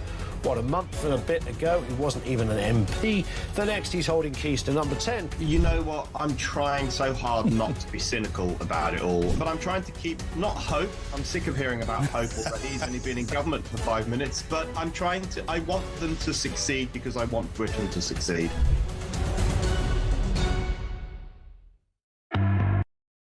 Across the UK, on DAB+, on YouTube, on your mobile, and on your side. This is Talk. Hello there. Now, have you had a little look at the fields out there? It's not so much of a green and pleasant land these days. It's looking a little bit like the savannah, if I'm honest, which got me to thinking, what on earth is going on in the world of farming? Well, I don't know, but Gareth Wyn-Jones should be able to tell us because he is a farmer. Gareth, 43 days, parts of the southwest now, 45 days without rain. How on earth are you managing? What sort of impact is this having on farmers up and down the country? Hello there. Yeah, look behind me. You can see the colour of that should be the green grass at home in Wales. But yeah, it's like you say, it's more like a desert or a savannah. Yeah, we're used to challenges. This again is another massive challenge for the farming communities and the farming families out there. Crops are down already, you know. A lot of our livestock and dairy boys are already feeding some of their winter fodder to the cows. The people that are waiting for their third cut silage, so we cut the grass then and feed that during the winter to the animals. Well, there's not going to be a third cut for a lot of farmers. So we're just hoping. We've had a little drop of rain here in Wales, not enough. I'm praying because what we need, and it's going to sound a bit mad, we need a little bit of rain constantly, and so that we don't get it a runoff, because the ground at the moment is like concrete. And behind you, you can see the Carnarvon mountain range, where we've had 4 massive fires this year. We've lost hundreds of acres to the fires, which is good, you know, grazing areas, and it's the same up in Scotland. We've seen it in England and Ireland as well. So I think, you know, farmers, government, and everybody needs to sit down and start to look at the, you know, the whole problem. And really, we need more livestock on the uplands. So we've turned every single sheep we have on our land onto the mountains now, and they're doing okay there. You know, and these areas are very, very used to drought because they're wet areas and they can take it. Our lower ground is struggling a bit. So, yeah, it's challenging, to say the least. I mean, are there farmers out there who are basically thinking, well, that's it, my whole crop for this year is gone. It's not, you know, how am I going to pay my way? Don't forget, we get years of this before, from floods to these droughts to, supermarkets pushing prices down as well, and imports. So farmers are used to challenging situations. But this is a pretty intense time now because, you know, there's not a lot of rain in the forecast either, so it's going to be a tough time for many. And let's not forget, our job is to produce food to feed people. So it's really, really important that we can keep carrying on our job, because there's going to be food shortages, there's going to be food inflation. You know, even the European Union are telling people now to store up on canned food and water and things, which is, and this government as well, which is quite scary, really. You know, we're not going to go hungry here, and we want to feed the nation with good, affordable, healthy, nutritious food, and these situations do cause us quite a lot of stress and strain to do that. Are farmers also coming together as a community to face down these issues? I was talking earlier about, you know, really sort of moving images of lots and lots of tractors with huge water tankers in France heading to the Gironde to try and help the military, try and help the fire services battle those blazes, you know, wearing protective equipment, breathing equipment. I mean, honestly, it made me very emotional watching it. And is that what farmers are doing in the UK to help each other, saying, listen, mate, I've got a big water tanker, you can borrow it, or I'll come and do your crops, you know, for you. Yeah, there's a lot of that, you know, it's a community, isn't it? And, you know, if you get a tree falling on a country road, who'll be there first? A farmer. If you get snowed in and you can't get through a road, who'll be there first? Farmers, you know. We're there, part of the community, you know, opening roads, making sure that people, you know, get water to these areas and the moors. A lot of farmers with massive tankers turned up and gave their time, their energy, you know, and it's not something cheap, you know, machines like that costing hundreds of thousands. I really do feel for the farmers in France and Spain at the moment. It's devastating. It's absolutely devastating. But it does make you think, you know, all these wildfires across our country and across Europe. It's scary times. It is scary times, and we have to look at the whole situation and maybe start to address it by putting livestock into some of these areas to start to graze them and to get rid of some of this brash, because that is fuel for the fire. There we have it. It's so good catching up with you, Gareth. Look after yourself, look after that land of yours, and let us know a bit later on if things have improved. It must be so hard for the farmers. I was speaking to a French journalist the other day. And she was saying, it's interesting, isn't it? She was saying one of the reasons there are so many wildfires now in the Gironde, it isn't actually the vineyards, because the vineyards are irrigated, because they are spread out. But what environmental campaigners have been doing is normally they go and clear the forest floor of all sorts of loam and rubbish. And they're not allowed to do that anymore because some sort of, you know... Forestry management is an important part of actually keeping wildfires at bay. Is the and apparently regulations in France that you can't do that because some sort of, like, you know, lesser spotted bug might lose its habitat. And she was saying, actually, this is why the wildfires have been caused, as well as there's video footage of people deliberately going about setting these off. That's the thing. There are a couple of things about this, and that is, one, forestry management has not been as good as it needs to be in the last couple of years. And actually that started in the immediate aftermath of the COVID lockdowns. People were not allowed to... You'd have thought out in the wild would you be absolutely safe from an airborne virus like that, but no, there was a massive sort of backlog as a result of people not being allowed to go and do their jobs. That was what caused that then initial uptick in forest fires. Although they have been coming down since then, partly because actually in other parts of Europe in particular, they are they were scarred literally by that particular year. So they're not as many forest fires, wildfires, as they have been in previous years this year. It's simply that we're very attuned to them, and they're obviously very visually striking as well. It's hard to miss a forest fire. Combine that with the temperature, obviously it's always going to feel a little bit more disastrous. But talking about that and how actually it's not the vineyards, for instance, that are catching fire because they are prepared, they're irrigated, they're spaced out. That's what you need. And this is the thing that has always... It's exasperated me about the conversations about climate change. It reminds People are not prepared to say climate change may or may not be happening, but let's say hypothetically it is and it's the worst case scenario. You're not going to fix it by going, go back to the Stone Age. You're going to fix it by preparing for things. And that means things like irrigation, building reservoirs, it means things like air conditioning in buildings, and yet the green lobby, the environmentalist lobby, is steadfastly opposed to allowing us to actually adapt to a hotter temperature. That's insane. I remember the mass flooding in Spain last year because guess what? The EU had come up with a regulation. They had to remove all the dams. So where do you think all that water from the mountains is going to go? That's right, down into the valley, and that was about some sort of, fish or something. Hello, Ian. Hello. Hi. Where did you come from? Good Lord. That's what climate change does. You just sort of appear out of nowhere.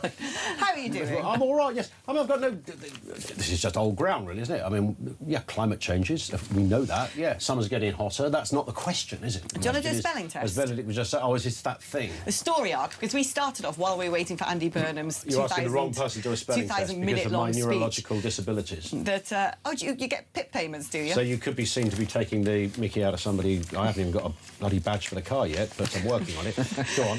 Because basically, Lucy Powell says this is micromanaging kids and this is absurd. Asking school leavers